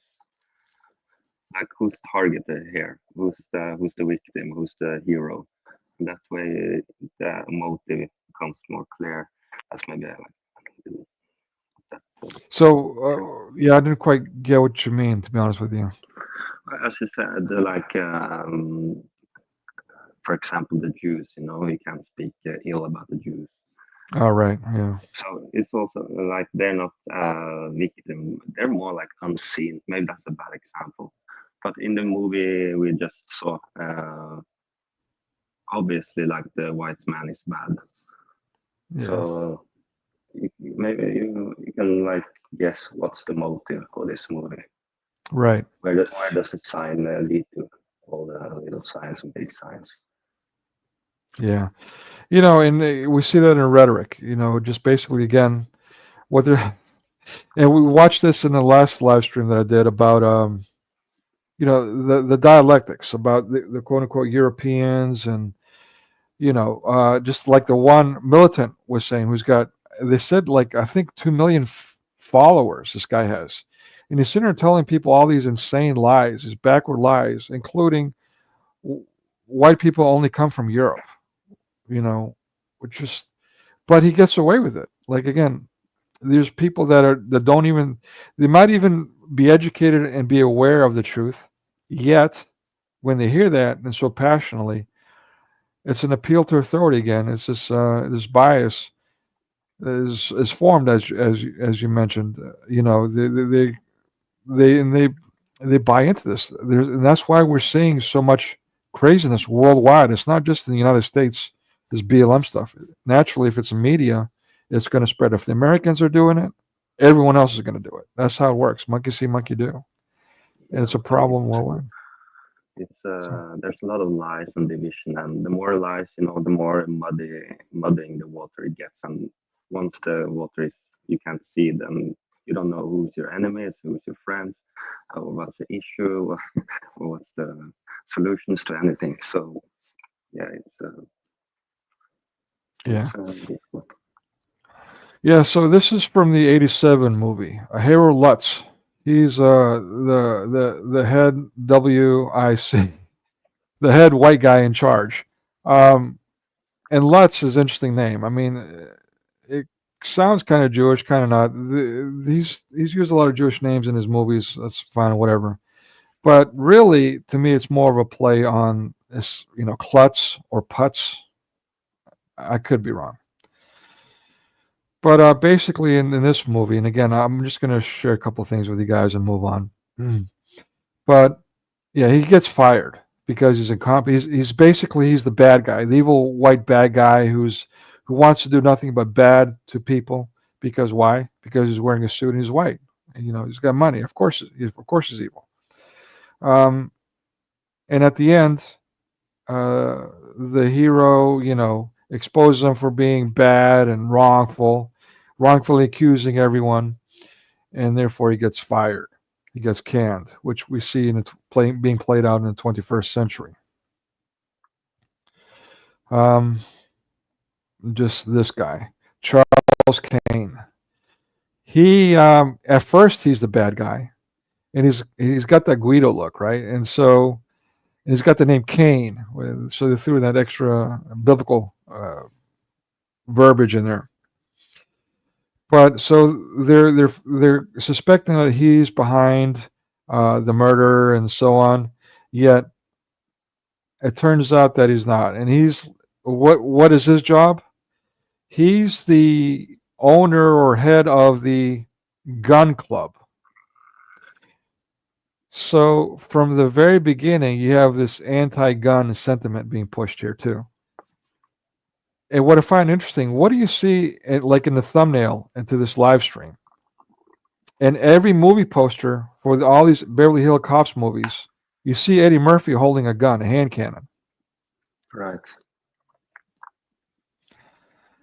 So it's okay for Eddie Murphy to be having a gun, but not for Charles Kane and his supporters. Yeah, so let me just say a couple of things. You know what? I'm going to share a wiki with you guys just because it sums it up well. Please forgive me for that. One second. Okay. So again, this is you can access it for yourself, the movie and all that. So watch it for yourself, make your own opinions. But all right, so this is what they say about this 1987 sequel, Beverly Hills Cop 2. Which had a $27 million budget. It made $300 million. Not bad, especially for back then. This is the late '80s now. All right, Axel is the character that Eddie Murphy plays. Axel learns from Dent's accountant Sidney Bernstein that Dent. I don't know if the writer's trying to be funny or a revelation of the method or whatever. But it's interesting that, anyways, I'll just leave it at that. That Dent and Carla are planning to leave the country to Costa Rica. What is this promotion of Costa Rica and fleeing to Costa Rica, by the way? I find that intriguing. While Bogomil's daughter, Bogomil was the balding guy, the alpha male who got out of line in the first movie. Punches Eddie Murphy and is forced to apologize and all these things for it. So his daughter Jan discovers that Dent's companies are financially struggling, and Dent is the real bad guy, right? Not the gun guy that we first assumed. Kane, Mr. Kane, the gun guy. So Dent's companies are financially struggling. He has allowed the insurance to lapse on all of them except for his range. So the problem is insurance? He doesn't have insurance, so he must be a super criminal? All right, confession time, guys. Brace yourselves. I've been in prison. Take that, D. Wood. I've been in prison too. Except I didn't have to watch my back while I was in prison. I actually ended up in city jail. And according to the cop who was arresting me, I was supposed to go to county jail and get processed in the more Hollywood movie this way that you see. But instead, I got into this, the waiting area. You see where a bunch of people are sitting in a waiting cell. with their regular clothes. Pretty much that's where I went. Got out quickly. What was my offense? And I got to say, in my early life, I wasn't exactly a saint. I wasn't a really, really bad guy, but I was certainly not a saint. And, it wasn't my intent to be a bad person. But for whatever reason, I did bad things and got away with a lot of it. But I ended up in prison for, wait for it, lapsed insurance. I'm not making this up. They sent me to jail in the United States of America, land of the free, for lapsed auto insurance. Let that sink in. This is before Bill Clinton's quote-unquote benefits, which bankrupt all kinds of small businesses in the United States in the 90s. This is before Barack Hussein Obama's Obamacare, which has made the medical profession even worse and Big Pharma even more powerful. So why am I being sent to jail for lapsed auto insurance? All right. All right, what was I? Sorry. Got off on a tangent there. Oh yeah, insurance to lapse on all of except for something. Deciphering the D letter. So this is a string of crimes where the criminal is leaving letters, clues, or something to that effect with each crime. Deciphering the D letter, Axel learns that it is signed Carlos and realizes Dent is framing Kane for the crimes. There you go. It's not the gun owner. What do you know? Carla and her men rob the racetrack and kill Kane. Lutz publicly announces that the alphabet crimes have been solved.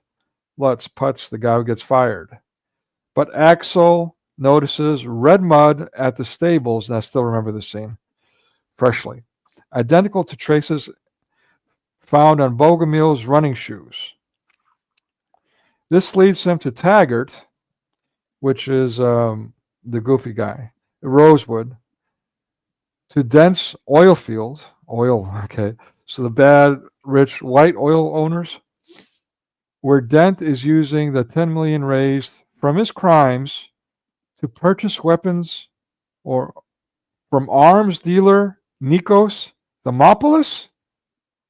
The Greeks and the guns, the Greeks and the guns, the Greeks and the guns. I may have it on, because YouTube gives me all kinds of censorship shenanigans. The Punisher series recently, a TV series. They had an episode dedicated to the Greeks and their gun trade.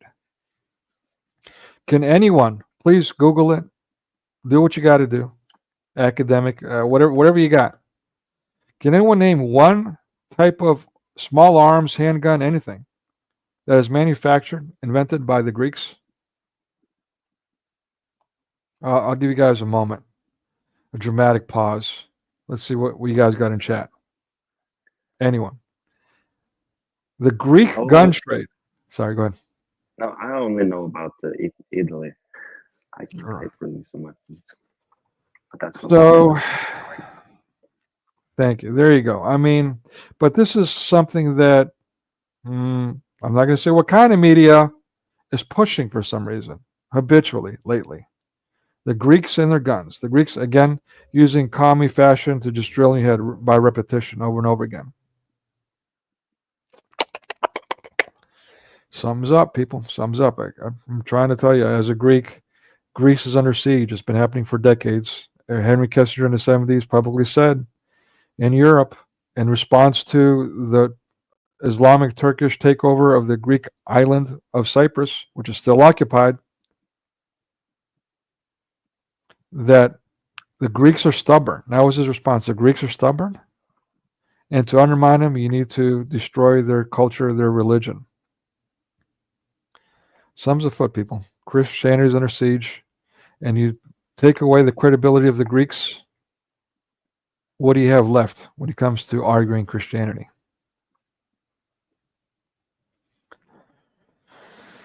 All right, so some people might think that's a slippery slope, but the evidence keeps compounding. And what can I say? All right, let me move on to the next one. The 1994 film, Beverly Hills Cop 3. Uh-oh, something's up. All right, give me 1 minute. I'm having tech issues. This is why we don't jam microchips into our brains. Okay, here we go. All right, give me 1 second. 1,000 clicks. And stage. All right. Does this guy look familiar? Little cameo moment. I just wanted. It's just interesting, the ad placements. This this theme park here. What is it? Wally's World. It's something that's pushed. Like one of my favorite movies is European Vacation, the original one, where they're traveling across the United States. Even that movie ended up in Wally's World. So it's kind of fascinating, their ad placement and their dedication to that in these movies. I just point it out. Moving on to the next thing. Okay, so what happened? You guys see that? Nope. Let me try. Sorry. Here we go. Okay. So the guy on the left, Ellis Dude. He's the head of security. I'll just leave that here for the moment. Just take a good look at him. Anything sink in about him? Who this guy might be? Any guesses in chat? Who's this guy? Who's this guy represent? Who's he supposed to be? At this point, what do you think? All right, and I also want to point out. Not again. Sorry. Try that again. One more time. Okay, here we go. All right, so now Bogomil's got a replacement, another bald guy. Again, not one of my favorite actors. So, yeah, this movie is just cheesy, man. I mean, what can I say about it? It's just more of the same. There's basically, there's this car chop thing going on, and then it's just it spins into what do you call it? Basically making I can't think of the word. My brain's not working right now.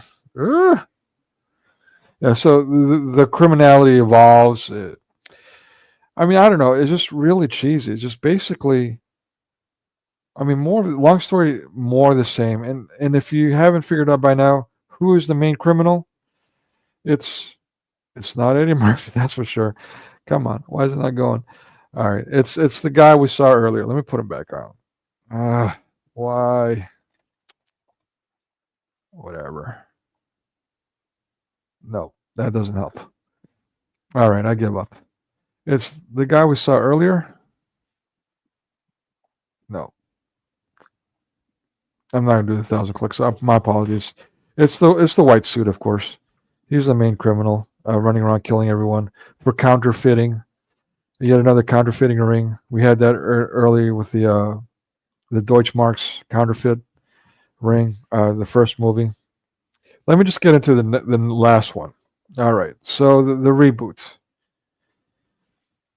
And then we'll do some video clips from the first one. Hopefully that doesn't get censored, but by then it'll be the end of the stream, so it shouldn't matter too much. Come on. 1,000 clicks. Amateur hour. Here we go. Okay. Hopefully this works. Okay. So at the 3-minute marker, right into the movie. Again, we get a sequence about another Detroit sequence and local culture to start the movie.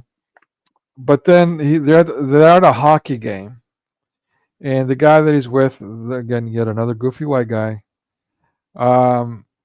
he's going on about, he's surprised that he came to the hockey game with them, and Eddie Murphy's like, well, what do you mean surprised? Well, what are you trying to assume? What are you assuming about me? Why are you assuming that? Is it because of this, my skin tone? What are you assuming? What are you assuming? Meanwhile, how many black comedians are going on and on about black people and how they don't like the ice and they don't play hockey and all that? And since then, not Ben Carson, the Carson guy, hockey famous, well, not too famous, but pro hockey players. Several black hockey players became hockey players. I suspect because of the mass media rhetoric of why are black people playing hockey? Who cares? Why is that even a topic of discussion? Who cares? I mean, do you hear the Orientals going, well, why aren't the Orientals playing hockey? Who cares? All right. But yet, we've got to spend several minutes at the very beginning of this movie going on and on and on again about why the white guy is asking the black guy why they're at a hockey game together. And lo and behold, it was because Eddie Murphy's character Axel is undercover, and he's just duping his friend, pretending that he wants to hang out with them, and he's letting him know, hey, you know what? Okay, you got me. I didn't really want to hang out with you. You're putz. You're a white guy. I don't like you. I'm here for work. Great. Thank you very much. At the 11-minute marker, again, this is 2024, so it's much more belligerent. And again, these are just broad strokes. This is not as thorough, but there's plenty of broad strokes to go through. I'm not going to terrorize you guys. We've already said plenty on the topic.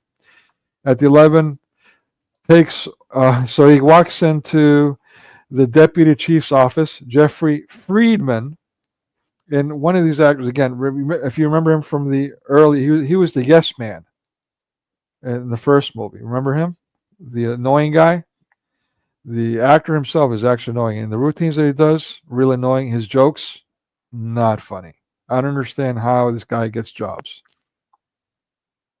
I'll give you a couple of guesses. And ironically, the character's name might be a hint. But yeah, Eddie Murphy walks in, takes over the office, just like he does in the very first movie with the criminal. At the 13-minute marker, more ad placement. We got the banks and so on. Moving on.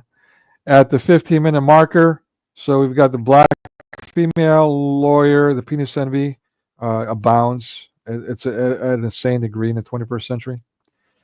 Beverly Hills lawyer. Okay. So you'll never guess who she's the daughter of. Anyone in chat want to take a shot who her father might be?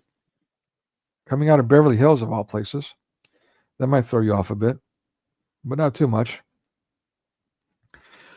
But anyway, so basically, yeah, we got the Hispanic dude. He's got a cross tattoo on his neck, which I find intriguing. But he's going on and on about how he was wrongfully accused. Okay, so now we're kind of getting on the verge of blasphemy here by associating this CRT rhetoric with Jesus Christ. I take extreme offense to that. Okay, at the 16-minute marker. Okay, we got the full cast going on here. Unfortunately, I don't have any way to mark up this static, which is unfortunate. So let me try to describe here. Okay, of course, on the left we've got the person we just talked about, the Hispanic not guilty guy, framed, because everyone in prison is not guilty. We've got the California black chick lawyer from Beverly Hills. We've got the Dyke news reporter, court official. We've got the black woman as the judge. And on the far right, we've got a white lawyer who's prosecuting the not guilty Hispanic. Okay. So full-on CRT represented. Got it. And what's this movie about? Who cares? As long as they got the propaganda piecemealed and try to make it at least appear coherent. Oh my God! Please don't puke. I'm literally having to cover up this image myself. Please forgive me for subjecting you to it. But yeah, this is now the Detroit typical sequence that I talk about, the cultural sequence in the beginning of the movies that he does, not only in the Beverly Hills Cop movies, but like in Trading Places and a bunch of others. He's doing it here in not the middle of the movie, but a little later in the movie. And one of the sequences is the alphabet hypocrite Nazi sodomites. Oh my God. Oh, I'm gonna puke. All right, moving on. All right. So now there's a sequence. The bad white guys are embarrassed and all that. Or now we got a black guy and white face too, nonetheless. Okay. But what do we have? We've got Eddie Murphy breaking the law. In this case, it's city ordinance. So we've got the meter maid harassing him, and he's like, I'm in the middle of this and that. She's like, not having it, giving him a ticket. So he grabs and steals her vehicle, and she's like the black queen who's not going to tolerate anything, and so she jumps on, which is absolute police procedure, by the way. Just like the first movie where if a black guy's getting thrown out the window of a building, you put him under arrest and you point your gun at your police officer partner. Here we have the meter maid who, in a stolen vehicle, she's going to jump onto the vehicle and start spraying the guy with mace. That's standard police procedure. Oy vey. All right, another one of my favorite actors. Whoa! Speaking of gay, I don't know what his personal life is, whether he's actually married or not, but he's to me the second coming of Heath Ledger. And he plays a prominent role in this movie. I'm not going to ruin it yet. And please forgive my English. Sometimes I watch stuff at this point I just couldn't help myself. Forgive my captions there. Yeah, but okay. So now enter. There's Bogomil. The alpha male from the original and the other movies. He retired in the third movie, by the way. And that's what we had the replacement. I don't know what happened there. I didn't do a deep dive into why he wasn't in the third one. But yeah, now he's in this one 30 years later. And now he's the HWIC. He's the head honcho. And now we have his assistant here. Another actor who when I was younger, I really liked his acting. But now seeing the culmination of his roles and knowing everything I know about Hollywood and all that, and one of the movies that he was in, which is, I'm not even going to name it, it was completely evil, pure evil. Nothing but scarring you for life imagery over and over and over again. I don't like this guy at all. So, but yeah, it's just fitting. I won't ruin it yet. So yeah, at the 32-minute marker, he's talking about how why he's explaining to Eddie Murphy why he's back on the job after retiring, like I said from the sequel, and so he's saying, yeah, well, I got back with my wife too, again promoting divorce as the new norm. Oh, but you know what? I'll do anything I have to get away from my wife and be at home, and so here I am at the job, again, pushing this broken home rhetoric. It's disturbing. At the 45-minute marker. So the one person who does not fall for Eddie Murphy's routine in all these movies that he's done over and over and over again about how, he just does the authority figure and he gets people to do whatever they want. It's an Arab guy, which I've actually witnessed firsthand, by the way, in a black neighborhood that I lived in a couple of months there. It was all I can do to get out of there alive, not exaggerating at all. But the one corner shop, and even in the neighborhood, again, literally the police would not even come there. There was one corner shop, and who was it run by? Arabs. And they would say things like, I can't even repeat to guys coming in there giving them hell, being black, as they say. At least that's what we say in America. Blacks say, being black. So yeah, it was Arabs, Muslim Arabs, and they would say all kinds of things like, "Get out of your fucking nigga! Yeah, I'll cut you up and throw you in a dumpster." And there was no retaliation. Go figure that one out. So yeah, he's not putting up with Eddie Murphy's routine. He's like, yeah, whatever, man, get out of here. And who comes to his rescue? His daughter. By the way, that's his daughter. The Beverly Hills lawyer is his daughter. Okay. So she comes to the rescue, and what does the Muslim do? They just say, Sharmuta, half brain, get out of here. Before I. No. No reality. Well, we have reality in a Hollywood movie. No. Oh, Black Queen. Okay. I've been here. Whatever you say. Whatever. At the 54-minute marker, more ad placements for Big Pharma. How often do we see that in Hollywood? I mean, both illegal drugs and making that look cool, but also, the regular drugs, pill popping after pill popping after pill popping. At the 57-minute marker. Okay, I guess you guys might have guessed they're walking in the middle of the city, shooting all kinds of weapons. You could guess that they're the bad guys, especially with the tats, right? And of course, the main bad guy, what do you see? A cross. This is a wardrobe, people. This is not, there's one guy who likes to wear crosses in personal life, and he just happens to like to have his chest wide open. No hair, by the way.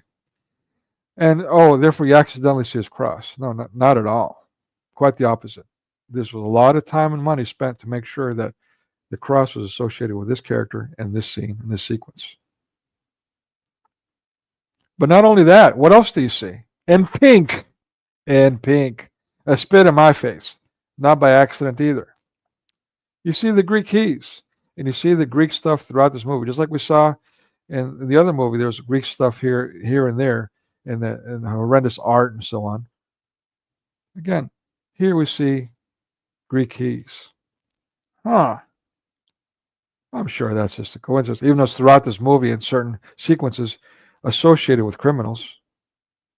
I'm sure it's just a coincidence. They're not spending millions upon millions to make movies. Not spending all kinds of hours in pre-production and the shoot, post-production. No. At the 1 hour marker, that's what that means. Okay, so yeah, she's going on and on and on about how her dog saves the day. It's a silly Karen moment. But again, I'm just kind of burnt out about the whole animal idolization too.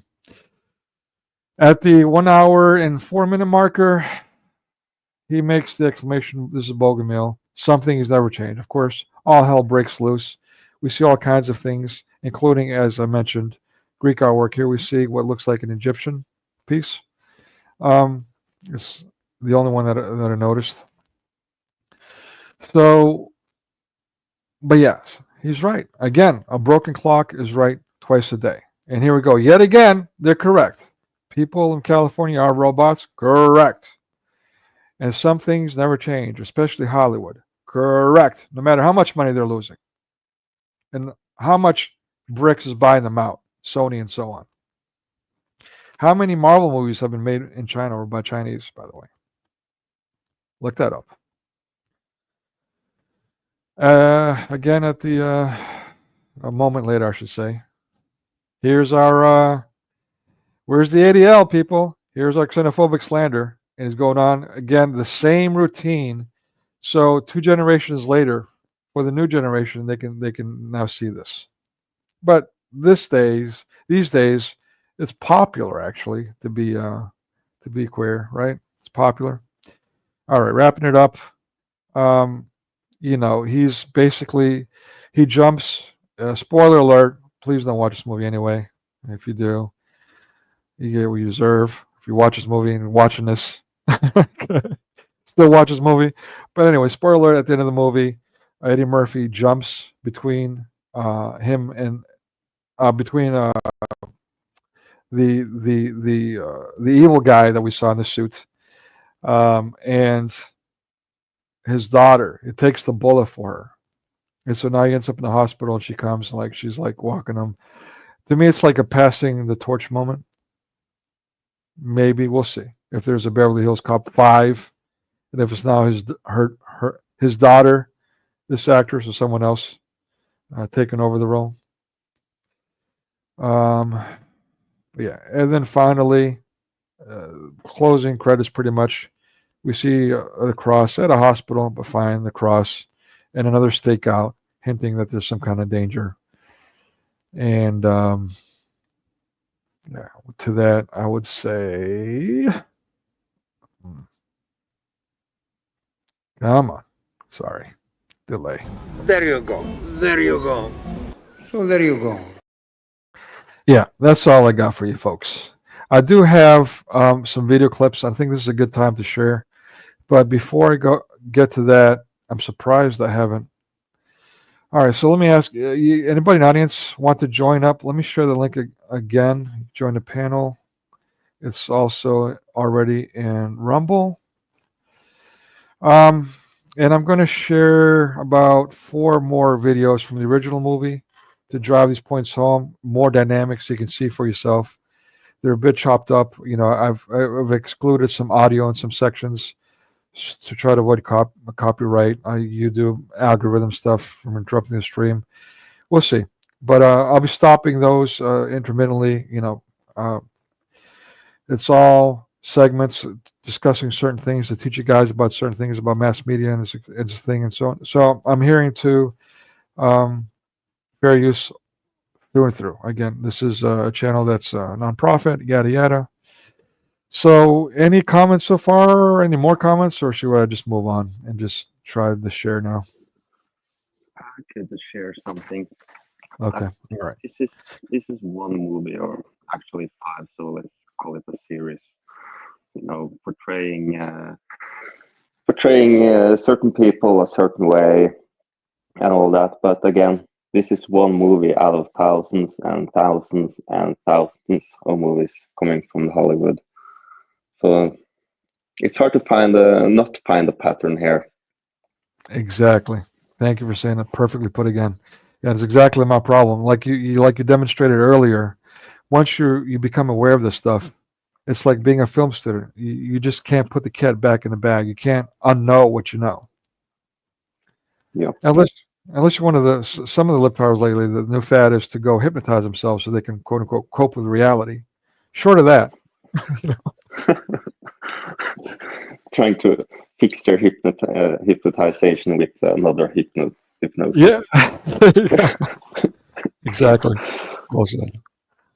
All right, so let's get into it. The first one, again, this is from the original. These are 4 clips, I believe, from the original. All right, let's take a look. Got to put her on stage. Okay, here we go. Again, this first section is no sound intentionally, a little sped up. But this is the stakeout. Good evening, sir. The hell is that? Slate supper, sir. Compliments of the Axel Foley. Foley? How do you know we were here? Because I let you drive. Because you're stupid white people, and you're cops. You're incompetent. Stupid white, incompetent cops. That's why. Thank you, Hollywood. I need a couple of bananas. How much are they? Well, the buffet plate is $12.50. Who's that? And what is he acting like? Yet again, speaking of loving to act flamboyantly, loving to act gay.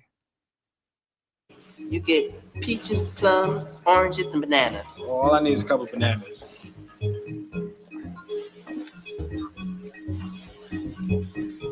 Shh. Go ahead, take those bananas. Hey. Any innuendo there, folks?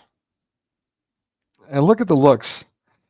I gotta wonder, that glance, is that acting or is that? You guys fill in the blanks. I don't know. It's pure speculation, but where there's smoke, there's fire, and we're talking about Hollywood here. Forget it. I'm not eating that. Take it back. Certainly, sir. This really looks great. Okay, so the goofy white guy. This looks great. I'm fooled. I'm loving it. So we got the alpha male who's been already reprimanded, or no, actually, he's about to get reprimanded. And then we've got the goofy white guy. And by the way, the rest of the movie, the alpha male takes a passive role, says nothing throughout the movie. You're just part of the wallpaper, basically, after he's been reprimanded.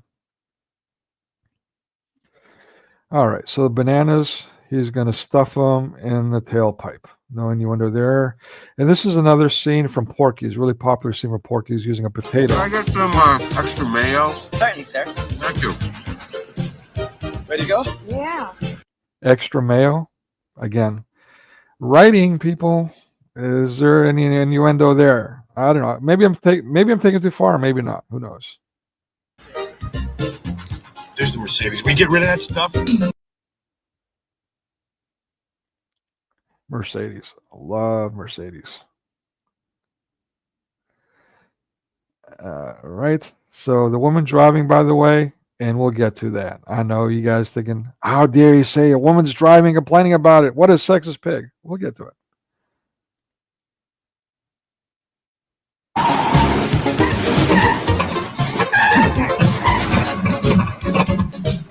What the hell are you doing? Stupid white cops. Did I mention nice car? All right, so let me share the next thing. And you guys can see my guilty pleasure here. Stuff I watch.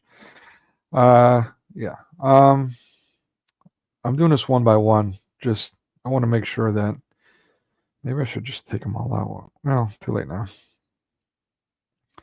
Okay, so the next one. Share this instead. Oh, yeah, there's no sound. Okay.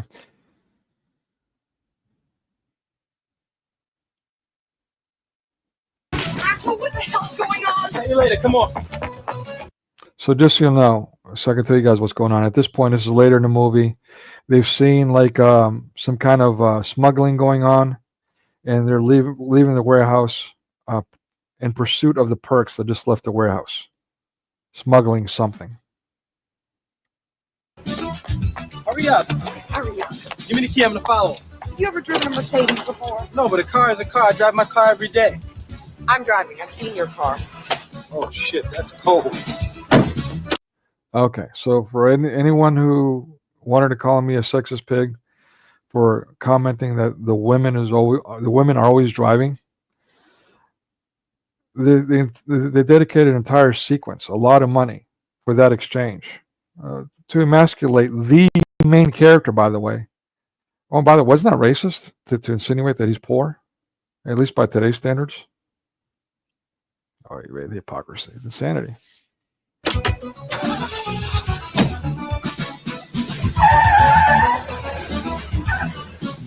Banana in your tailpipe. How could you not notice a man sticking a banana in your tailpipe? Well, No innuendo there, folks. he distracted us, sir. And how do you do that? Well, he sent us a late supper, sir. See, this waiter comes. Okay, no innuendo there, folks. And look at his posture. I mean, maybe I'm taking it too far. Maybe I'm not. Again, this is writing. This is, just a lot of invested in presenting this to you and to the masses for generations. Comes over. Billy, he gets the point. Yeah. So let me go ahead and share the next one. Yep. Okay. No, wait a minute. 1, 2. Yep. All right. 1 second. Okay. All right. So this one's are from, as we mentioned before, promoting the whole strip joint thing. This is a strip joint scene, but there's a lot going on here. Check this out. Spit up, you liar! Hey, spit up, give me a kiss, baby! Sick of your hey! Everybody freeze! Okay, just so you'll know, before this happens, Axel F talks these two guys into going into a strip joint with him. Very realistic. While on duty, no less, because they're staking him out. And they're just sitting there, the goofy guy is being goofy at a strip joint. The alpha male is all business, but he's still at the strip joint. And it's Eddie Murphy that notices these two guys come in acting weird. And he's like, hey, let me lead you and show you how to do your job. I've noticed something. You follow my lead. And now Eddie Murphy's doing this routine. He told Bogomil to go stand over there, cover this guy. And while the goofy guy is just sitting down for some reason, out of the plan to address the issue. Turn around. Turn around. Phil! Get your hands on the table! Phil! What's wrong, man? What's all the hostility, Phil? Get back, man. What you doing all this? for those of you who went over Coming to America with me, does this sequence look familiar? Samuel L. Jackson, his character coming into the McDowell's, and Eddie Murphy stepping to the rescue. Ruining it a bit, but here we go. This guy, man. I want you to get back. You changed, man. I'm telling you to get back. If you don't get back, I'm gonna blow your fucking brains out. Please, move and I'll kill you. Don't move. Was that a stunt double? I don't know. But here comes the goofy white guy to the rescue. Turn over. Way to go, Rosewood. You're some kind of cop, you know that? Sorry for the disturbance, folks. Everything's under control. I mean, that's just horrendous. All right, let's do the next one. Let's jump into it. You know, you see what's going on there. We've talked about all of it already. Last one I'm going to subject you guys to. All right, here we go. You guys are off the case. Foster, McCabe, your turn. Don't lose him. Not a chance, sir. And you two, in my office.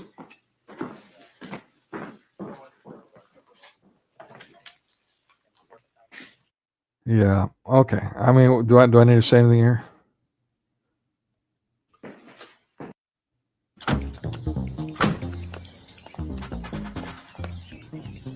Morning, officers. What y'all, the second team? We're the first team. Yeah. We're not going to fall for a banana in the tailpipe. You're not gonna fall for the banana in the tailpipe? It should be more natural, brother. It should flow out like this. Look, man, I ain't falling for no banana in my tailpipe. See, that's more natural for us. You've been hanging out with this dude too long. He's sorry. I'm sorry. I got to ask this question. Who's actually the Uncle Tom here? The quote unquote Uncle Tom. In the scenario where this happens a lot, by the way, in real life, where a black guy who's ghetto is harassing a guy who wants to do better for himself and call him all kinds of names and treating him poorly because of it. Who's actually being the Uncle Tom? Sorry, I'm just fucking with you. That's funny to me. Sorry.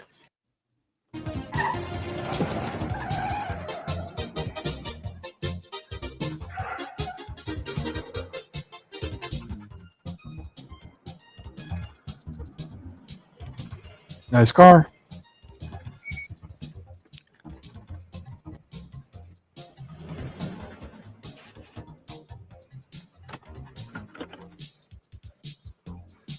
The hell's he doing?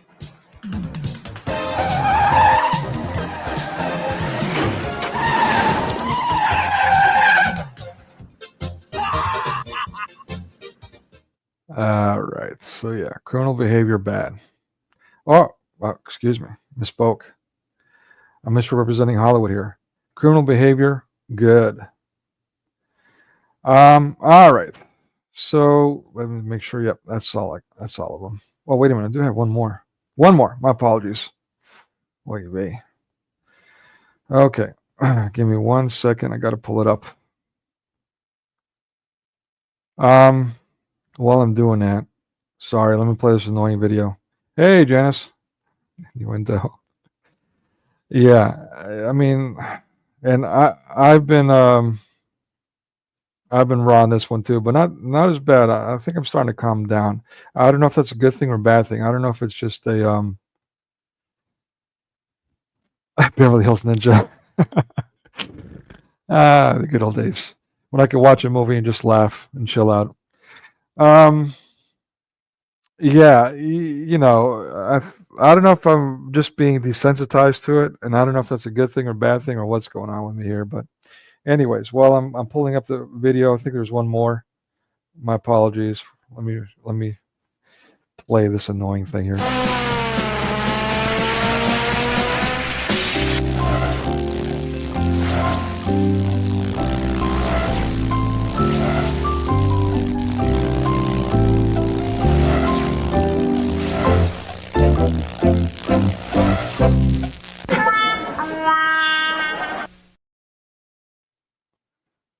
Okay, yeah, I can't find it. I think that was it. Yeah, that was it. That's fine. My apologies. Subjected you guys to that for nothing. All right. I mean, outside of that, I've got some. Yeah, I know, right? I've got some current event videos. Let me share those. Let's start with the artwork that we saw in this movie. For those that are just coming, skim through earlier in the movies, it's a kind of the QAnon stuff type of art. Here we go. Let me just share. It'll make much more sense to you. Okay. So this is a story. I'll make that bigger. Yeah. Okay. So this is a Nickelodeon. Not a star, but a guy that's a speech coach working with these children. And he was charged for pedophilia, for pedoism. And he's not the first. There's another guy, again, also charged, fired from Nickelodeon. I can't remember if he got criminal charges or not, but was later brought back by Nickelodeon, just in a different job. Coming back in through the back door, pardon the pun. And this is standard Hollywood. Brian Peck, the former dialogue coach who pleaded no contest to sexually abusing former Nickelodeon star Drake Bell, had signed self-portrait painting of infamous serial killer John Wayne Gacy that he flaunted in front of another child star. Look at that. Here we go. I'm going to go ahead and share this link for you guys to read the full article for yourselves if you'd like. But why? Come on. Here we go. Why spend too much time? I don't want to subject my audience to too much vileness that will scar you for life. No jokes. So let me move this thing instead. This is the kind of art that we saw. I'll make sure you guys are seeing what I'm seeing. Yep. The kind of artwork that we saw, excuse me, in this Beverly Hills Cop movie, right? And you guys know this from the quote-unquote conspiracy theory, what is it, Pizzagate and the QAnon stuff. But, I mean, are these contested?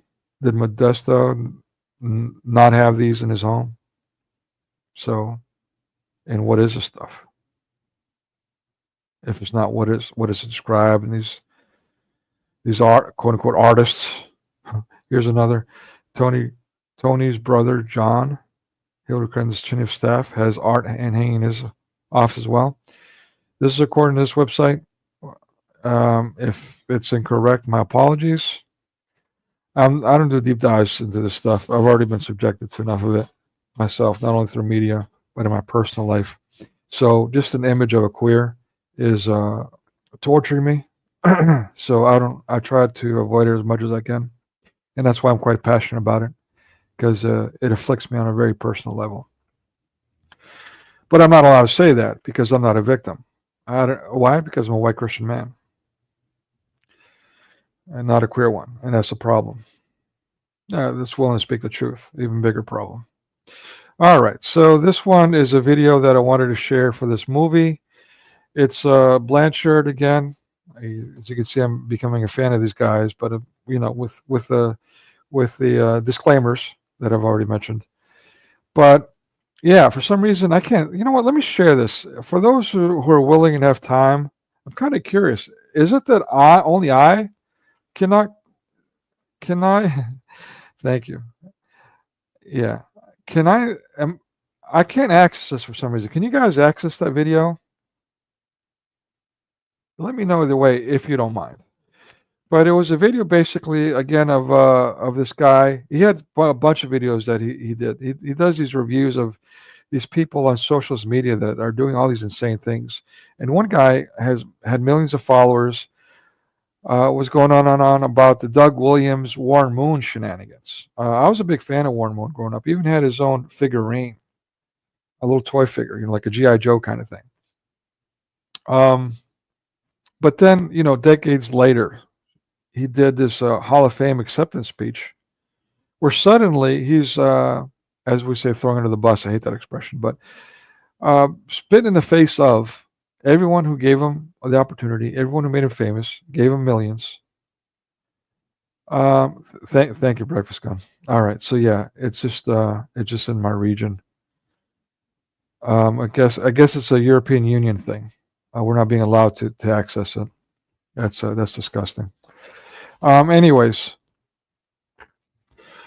so yeah, basically this guy was going on about Doug Williams and how he was oppressed. A guy who was picked in the first round in the NFL draft back in the 70s. Okay, so it's blocked for you. Okay, cool. So wherever you are, Breakfast Gun, you're privileged. I'm jealous. If you want to call accessing online content privilege, whatever, teach their own. Yeah, thanks everyone for taking a peek for me. So yeah, basically Doug Williams, from my perspective, I don't see how being a first-round draft pick is oppression. I don't understand how you would say being famous is oppression. He was underpaid. He came from a nowhere college, so for him to even be picked in the first round speaks volumes what they thought of him, and the exact opposite of oppression that he was experiencing. It was actually experiencing privilege and opportunity because they liked his play despite his skin tone, Doug Williams. And so they picked him in the first round draft from a nowhere college. That's, I don't want to say unprecedented in the NFL, but extremely rare, extremely, very, very, very, very rare, because a lot is invested in first round picks, and therefore they want to make sure, and so they'll get the most safest bet they can in the early rounds. So yeah, the exact opposite. But this guy's going, the racism. He was, and by the way, he wasn't the top paid NFL player. Well, he was a rookie. Doy, a rookie contract. Even today, with them making millions, you still have to play out your 4-year rookie contract. You still have to do that. And it's low. It's low. So get over yourself. Small college, black guy. Yeah, it's the 70s. So some reservation there. And rookie. Of course he's not going to be paid top money. Doy. But no, it's racist. And so he went to California, Canada, same difference. And he played there for, I think it was a couple of years. And then he came back. Joe Gibbs, one of my favorite head coaches. If you should read his autobiography, Christians that like football. Really good read, in my opinion. His original autobiography, that is. It's really good. Really, I don't say eye-opening for some, maybe 101, Christianity 101 for some others, but the way he expresses it is something you can relate to. It's a bit profound, in my opinion. But yeah, so he was an offensive coordinator for the team that drafted him first round, and then he, as a head coach for the Redskins, he brings him back as a quarterback, but as a backup. Apparently, he's a good quarterback, but not a great quarterback. So when the superstar gets injured, he's given the opportunity to lead a already winning team, to go into the Super Bowl for the rest of that season, and they do win. And so, does he get a superstar contract? No. Why? Racism. Or does it happen more than once? And a backup quarterback doesn't get paid extra money just because they won a Super Bowl. For example, Frank Reich of the Buffalo Bills, who just like Jim Kelly, superstar, gets injured. The team was winning. Frank Reich has to take over near the end of the season, just like Doug Williams and the Redskins. And lo and behold, they still win a Super Bowl under Frank Reich. Does Frank Reich become a superstar and get mega bucks? No, he's still a backup and remains a backup for the rest of his career. For the next few years. Standard NFL. Get over yourselves, you hypocritical racists, you propagandists, you anti-white, anti-European, and in essence, anti-Christian vermin. if I may. All right. Next one. Oh God. Let me just. Oh, forgive me. Let me just. Just see how burnt out I am on this stuff. I feel compelled to just address this stuff. I don't know why I'm doing this. Yeah. This is Captain Anti-America. It's now changed the name to Brave New World. Originally, it was scheduled to be the New World Order. I'm not making this up. Look it up for yourself. The original title was Captain America, the New World Order. I'm not kidding you. This is from years ago. They've had all these production problems because, you know, they're trying to do managed control because they're losing all kinds of money. And so they've shot and reshot this movie and spent $500 billion on it already because of it. Yet they're still going to release it in the Happy of Color month. Just like they released the Black Panther movie for the same reasons, for the propaganda. And who do they have in it? They have a Red Hulk, played by a Trump lookalike. What is the orange guy they call him? So the Red Hulk is this white president that's supposed to be a Trump lookalike. I can't wait to see what the rest is about. But at the end of in a couple more weeks, give or take, I'll dedicate one to let's call it a preview of this movie in full. Next thing, video. You might have already seen this one, but let's play it again. This one is from, and I'll share the link. Let me share that now. From Paul Joseph Watson, one of my favorite guys. Again, I don't agree with everything he says, but whatever. But I like his presentation, and I use the term libtard myself, which I got from him. All right, you guys can make sure you guys can see this. Oops, my bad. Amateur hour. Here we go. Okay, that's better. All right. Yeah, this one. I'm getting to something with this. A very odd viral clip served up a complete disconnect between the official narrative being pushed and how most people actually reacted to it. During her stand-up show, comedian Natalie Cuomo insinuated that a couple of guys sitting together at her show were in a gay relationship. Can you imagine?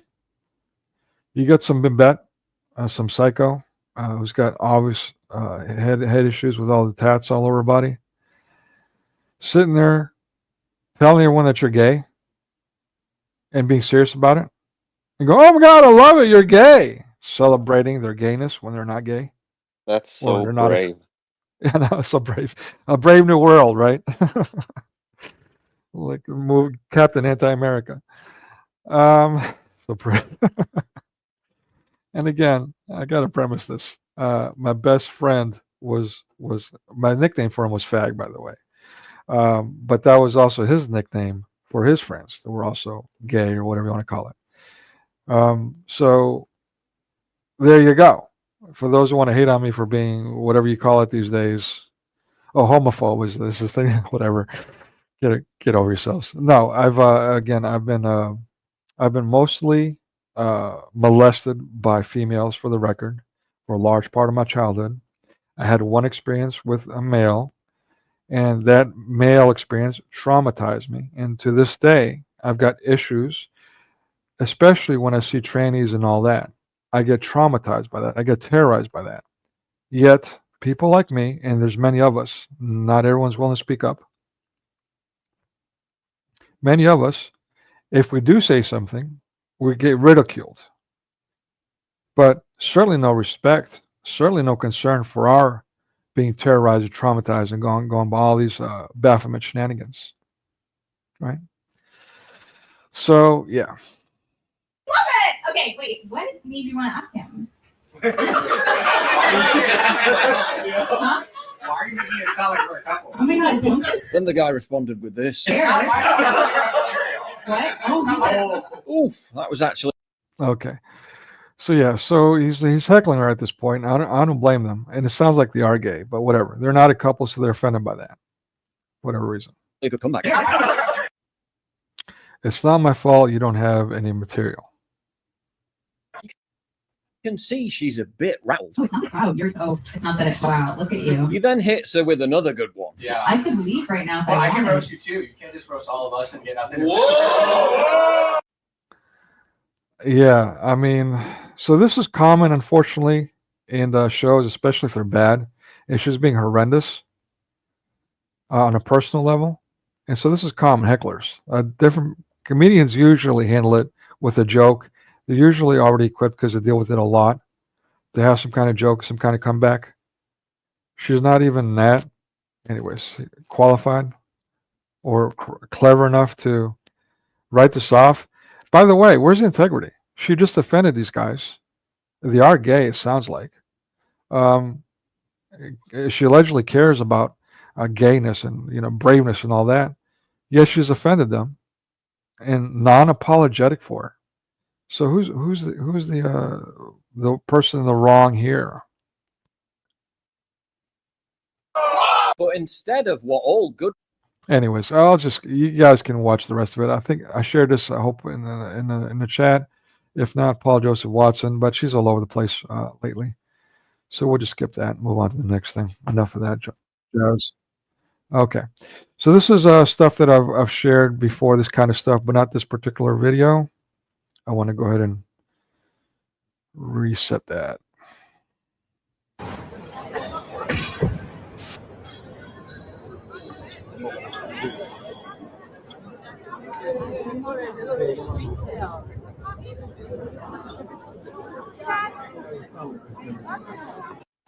Okay, so I'm not sure if this guy is Muslim or militant atheist or libtarded or what, but in essence, they're all the same, aren't they? They're all anti-Christian and they all behave the same way and do the same evil things. All right, so Andy NGO. Okay, this is quite interesting. The trans terror cult. And again, this has been going on for a few years now. We have media and politicians explicitly telling the alphabet cult to kill Christians. I'm not making this up. To shoot Christians, take up your arms, have merchandise being sold to that effect. Not only is this evil, how are they not being arrested? All of them. How are they not being arrested? How are they not in prison? Freedom of speech is one thing, but when you encroach on the rights of others, that's unconstitutional. In America too, it's in the Constitution. Yet we have all this crazy BLM stuff, and the alphabet cult psychosis. What's going on here? And again, why is nobody being held accountable? Well, a lot of the reason is mass media, how it's empowering, not only proliferating it, not only encouraging and sustaining it, but proliferating it, but empowering. Yeah, are you talking about the comedian or me, Janice? I'm not even sure. Because me being bombarded with junk, like I said, I'm literally triggered, a psychological trigger. When I see a trainee or something, I get triggered to my own trauma, and it's terrorizing for me, and it needs to stop because I know there's so many people like me. I can't remember his name, but the Packy who did a couple of streams with me, and we had a pretty big falling out. Yeah, no doubt I'm triggered, Janice, no doubt. So we had a big falling out, but he shared a story with me, and unfortunately back then I was using OBS, and OBS had worked for me a couple times, and that stream it failed, and so you could only hear him. And to this day, actually, I didn't do anything with that video. It was posted in full on Rumble. You can still find it. But yeah, he shared his. You can still hear him talking. So he shared his experiences about, the baaa-aaack and how it impacts him. Behind the scenes, other things happened, by the way. And that's why we had a falling out. To this day, I have my suspicions about him, what his intent is. But he was saying some really vile things to me. And I don't mean like offensive things. I mean like, traumatizing things as an adult. He was saying some really nasty things to me that I'm not going to share with you because it's slander. But just so you guys know, there's reasons I'm having falling outs with people. It's quite common, but that doesn't make it okay. But it takes a lot for me to get to that place where, I've had enough. And I know it don't sound like it on these streams, but we're talking about decades of abuse now at this point. All right. Let's listen to this guy. after the shooting deaths of the U.S. Let me share this again. I can't remember if I shared his link or not. You guys should check out his stuff. He's exposing some really intriguing stuff about the alphabet cult here and how lethal it's becoming.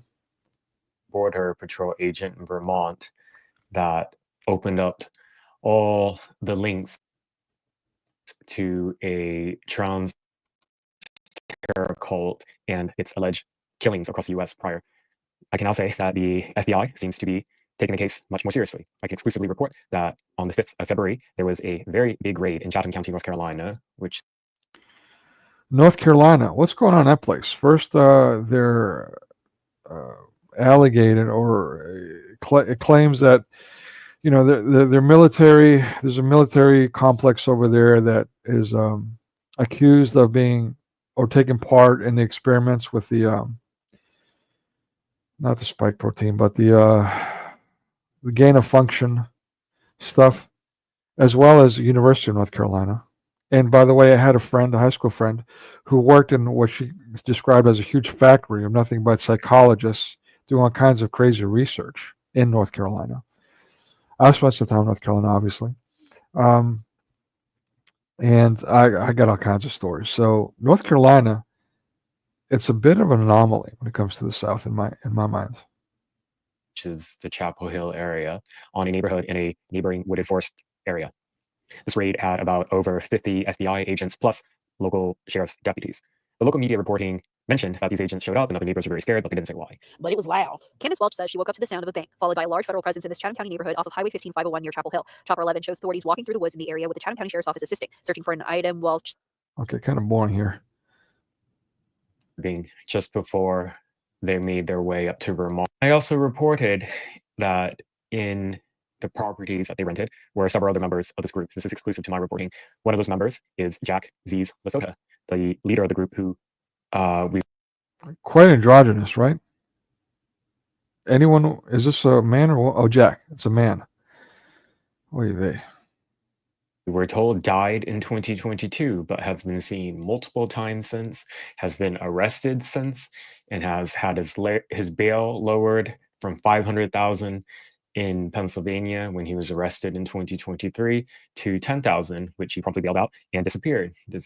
Okay, so they're planning on keeping him in prison because he's a threat to society, a sociopath that's killing people, amongst other things. So they gave him $500,000 bail to help keep him in prison. And some judge pretty much let him out of prison, reduced it to $10,000. Why? Why? This kind of person. Open arrest warrant for him there. I can also report out the first exclusive photo of the property that these members lived at. And in the photo, you'll notice a couple things. In the circle, that is the Prius hatchback that the German national up to Vermont, and that was a car that was pulled over that had the duel that was involved in the deadly shootout with the border agent. Also in this photo, you'll notice a very big box truck, a big white one. If you've been following my other reporting, you'll know that box trucks has been the preferred way of living for the members of this cult. So in case you missed that, the way of living, he goes in more details, but they're actually parking these box trucks onto properties and living in there, and God knows doing what. When they had their commune in Vallejo, California, they also had several box trucks where they did unknown things inside. The landlord for the property that they rented back in 2022, after he survived the first assassination attempt, told local media that he found medical equipment inside the abandoned property. First assassination attempt. Keep that in the back of your minds. And also large containers of what appeared to be lye. He believed that had he died in the November 2022. Large containers of lye were found in these box trucks. Why did they need lye? To attack, that they were going to dismember his body and to melt it in these chemicals. Sorry. Okay. From $500,000 bail, rightfully so, reduced to $10,000. For what reason? So he can escape and be on a lam like he is now?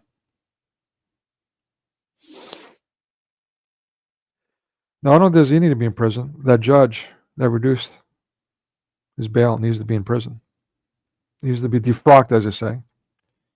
and be put in prison. Stat, all of them. Sorry for the graphic description. In this photo from the Chapel Hill area that I exclusively have published, you also notice that there's a Starlink device on top of the vehicle. The members of this group, for months leading up to the Vermont shooting, have been using this area as preparations for their next commune. There's autonomous zone, you can call it, that they were preparing for in Vermont. Their California commune had already been exposed to. Their members are facing murder and attempted murder trials from what they allegedly did there when they allegedly tried to assassinate the landlord. And then, as you will know if you've been following my reporting, that landlord, 82-year-old Curtis Lint, was assassinated, had his throat slit. And so their trial may be in jeopardy. Allahu Akbar. That's why they show solidarity with the Muslims. Does that sound like Muslims? Forgive me, guys, for sharing that with you. But people need to be made aware of just how serious this problem is. Yeah, I mean, it's beyond stand-up routines and all the shenanigans that we see online or anywhere else. It's literally the evil ones being weaponized to hunt Christians and to destroy each other and themselves. It's evil to an nth degree, and it needs to stop. This is not just some psycho going off with some quote-unquote conspiracy theory, but someone sharing evidence with you, all kinds of evidence, and where the trends have gone in the 21st century. And it's up to us to stop it as much as we can to our ability and to the gifts, the talents that God gives us. All right. Last call to come up. I think that's all I've got for you guys today. Anyone want to come up and share anything? If not, the following thing will be, I don't even know what day it is. What day is it? I got to look up what day it is. Oh, okay, good. Thank you, sir. Wait, I'm overdoing it a little bit. Yeah, so thank you. Wednesday, yeah, okay, so we'll do a movie review. That's right. After this, it'll take me a little bit, like give me half an hour or so, but I'm going to put up a post asking you guys to vote on what our next couple of watch parties will be for Black History Month. I was originally going to do The Miracle Man. I think I'm going to wait till March, early March, to do that one instead. But I'm going to run with this racism thing, do the Oprah Winfrey and Whoopi Goldberg stuff, and get out of my system, as they say. And then, as my mother used to say, excuse my English here, shit it and leave it. You know, just try not to think about it anymore, even though it's going to be impossible because I'm still linked into the media. But at least I won't be this invested in it and sounding this whack because of it. So yeah, that's my plan, to try to get all that done this month, and just to move on from different topics like Jack Shaheen and the whole, Islamic propaganda stuff. Okay, so yeah, that's all I got for you guys. Again, if you're willing and able, I'd greatly appreciate it if you share my stuff, not only for the sake of vanity, but especially to get these messages out. And I'm going to work on getting this stuff more entertaining. I'm going to rearrange things in here to try to, again, the reason I don't open up my camera. You know what? Let me just show you guys what I'm talking about, because I keep saying it, but just saying it doesn't do anything for you guys. Some of the people that I work with have spoken to me on Skype, and I've seen the mess I'm in. But I'm going to show you guys just a quick glimpse of what I'm talking about. Ooh, reveal. Yeah, reveal. There you go. Yeah. Let's see. Hopefully the camera's working. No, it's not. I think I got to set it up. 1 second. Should I torch you with that crazy video while I'm doing this? Camera. No, it's not showing up. Oh, here we go. Nope, it's not showing up. Thank you. Yeah. Unfortunately, I don't think it's going to work. I think I have to refresh, which means I'd have to end the stream, so I can't do it this time. My apologies. Next time. There we go. Okay. So yeah, I mean, basically, I'm going to try to rearrange things, and so you guys can start seeing my face, be a little more interactive with you guys, a little more entertaining, and you can see that I'm not always got an angry face, even though I sound angry. amongst other things. But yeah, as far as we'll see. I'll try to include some other stuff as much as I can, so it's not all ho hum. But with that, I mean, what can I say, guys? Blessed are those who endure to the end. You know, this too shall come to pass. Matthew 24. It's going to get worse, but it does get better. The evil ones have already lost. We just need to keep our focus, our noose on Christ. Amen. We shall prevail. Thank you. Amen. All right. Again, thank you, Daniel, for coming up, for being brave and doing that. Me. Always. All right. God bless you, man. For everything that you do. Stay blessed, bro. Thank you. And I'll see you guys in the next one. Bye.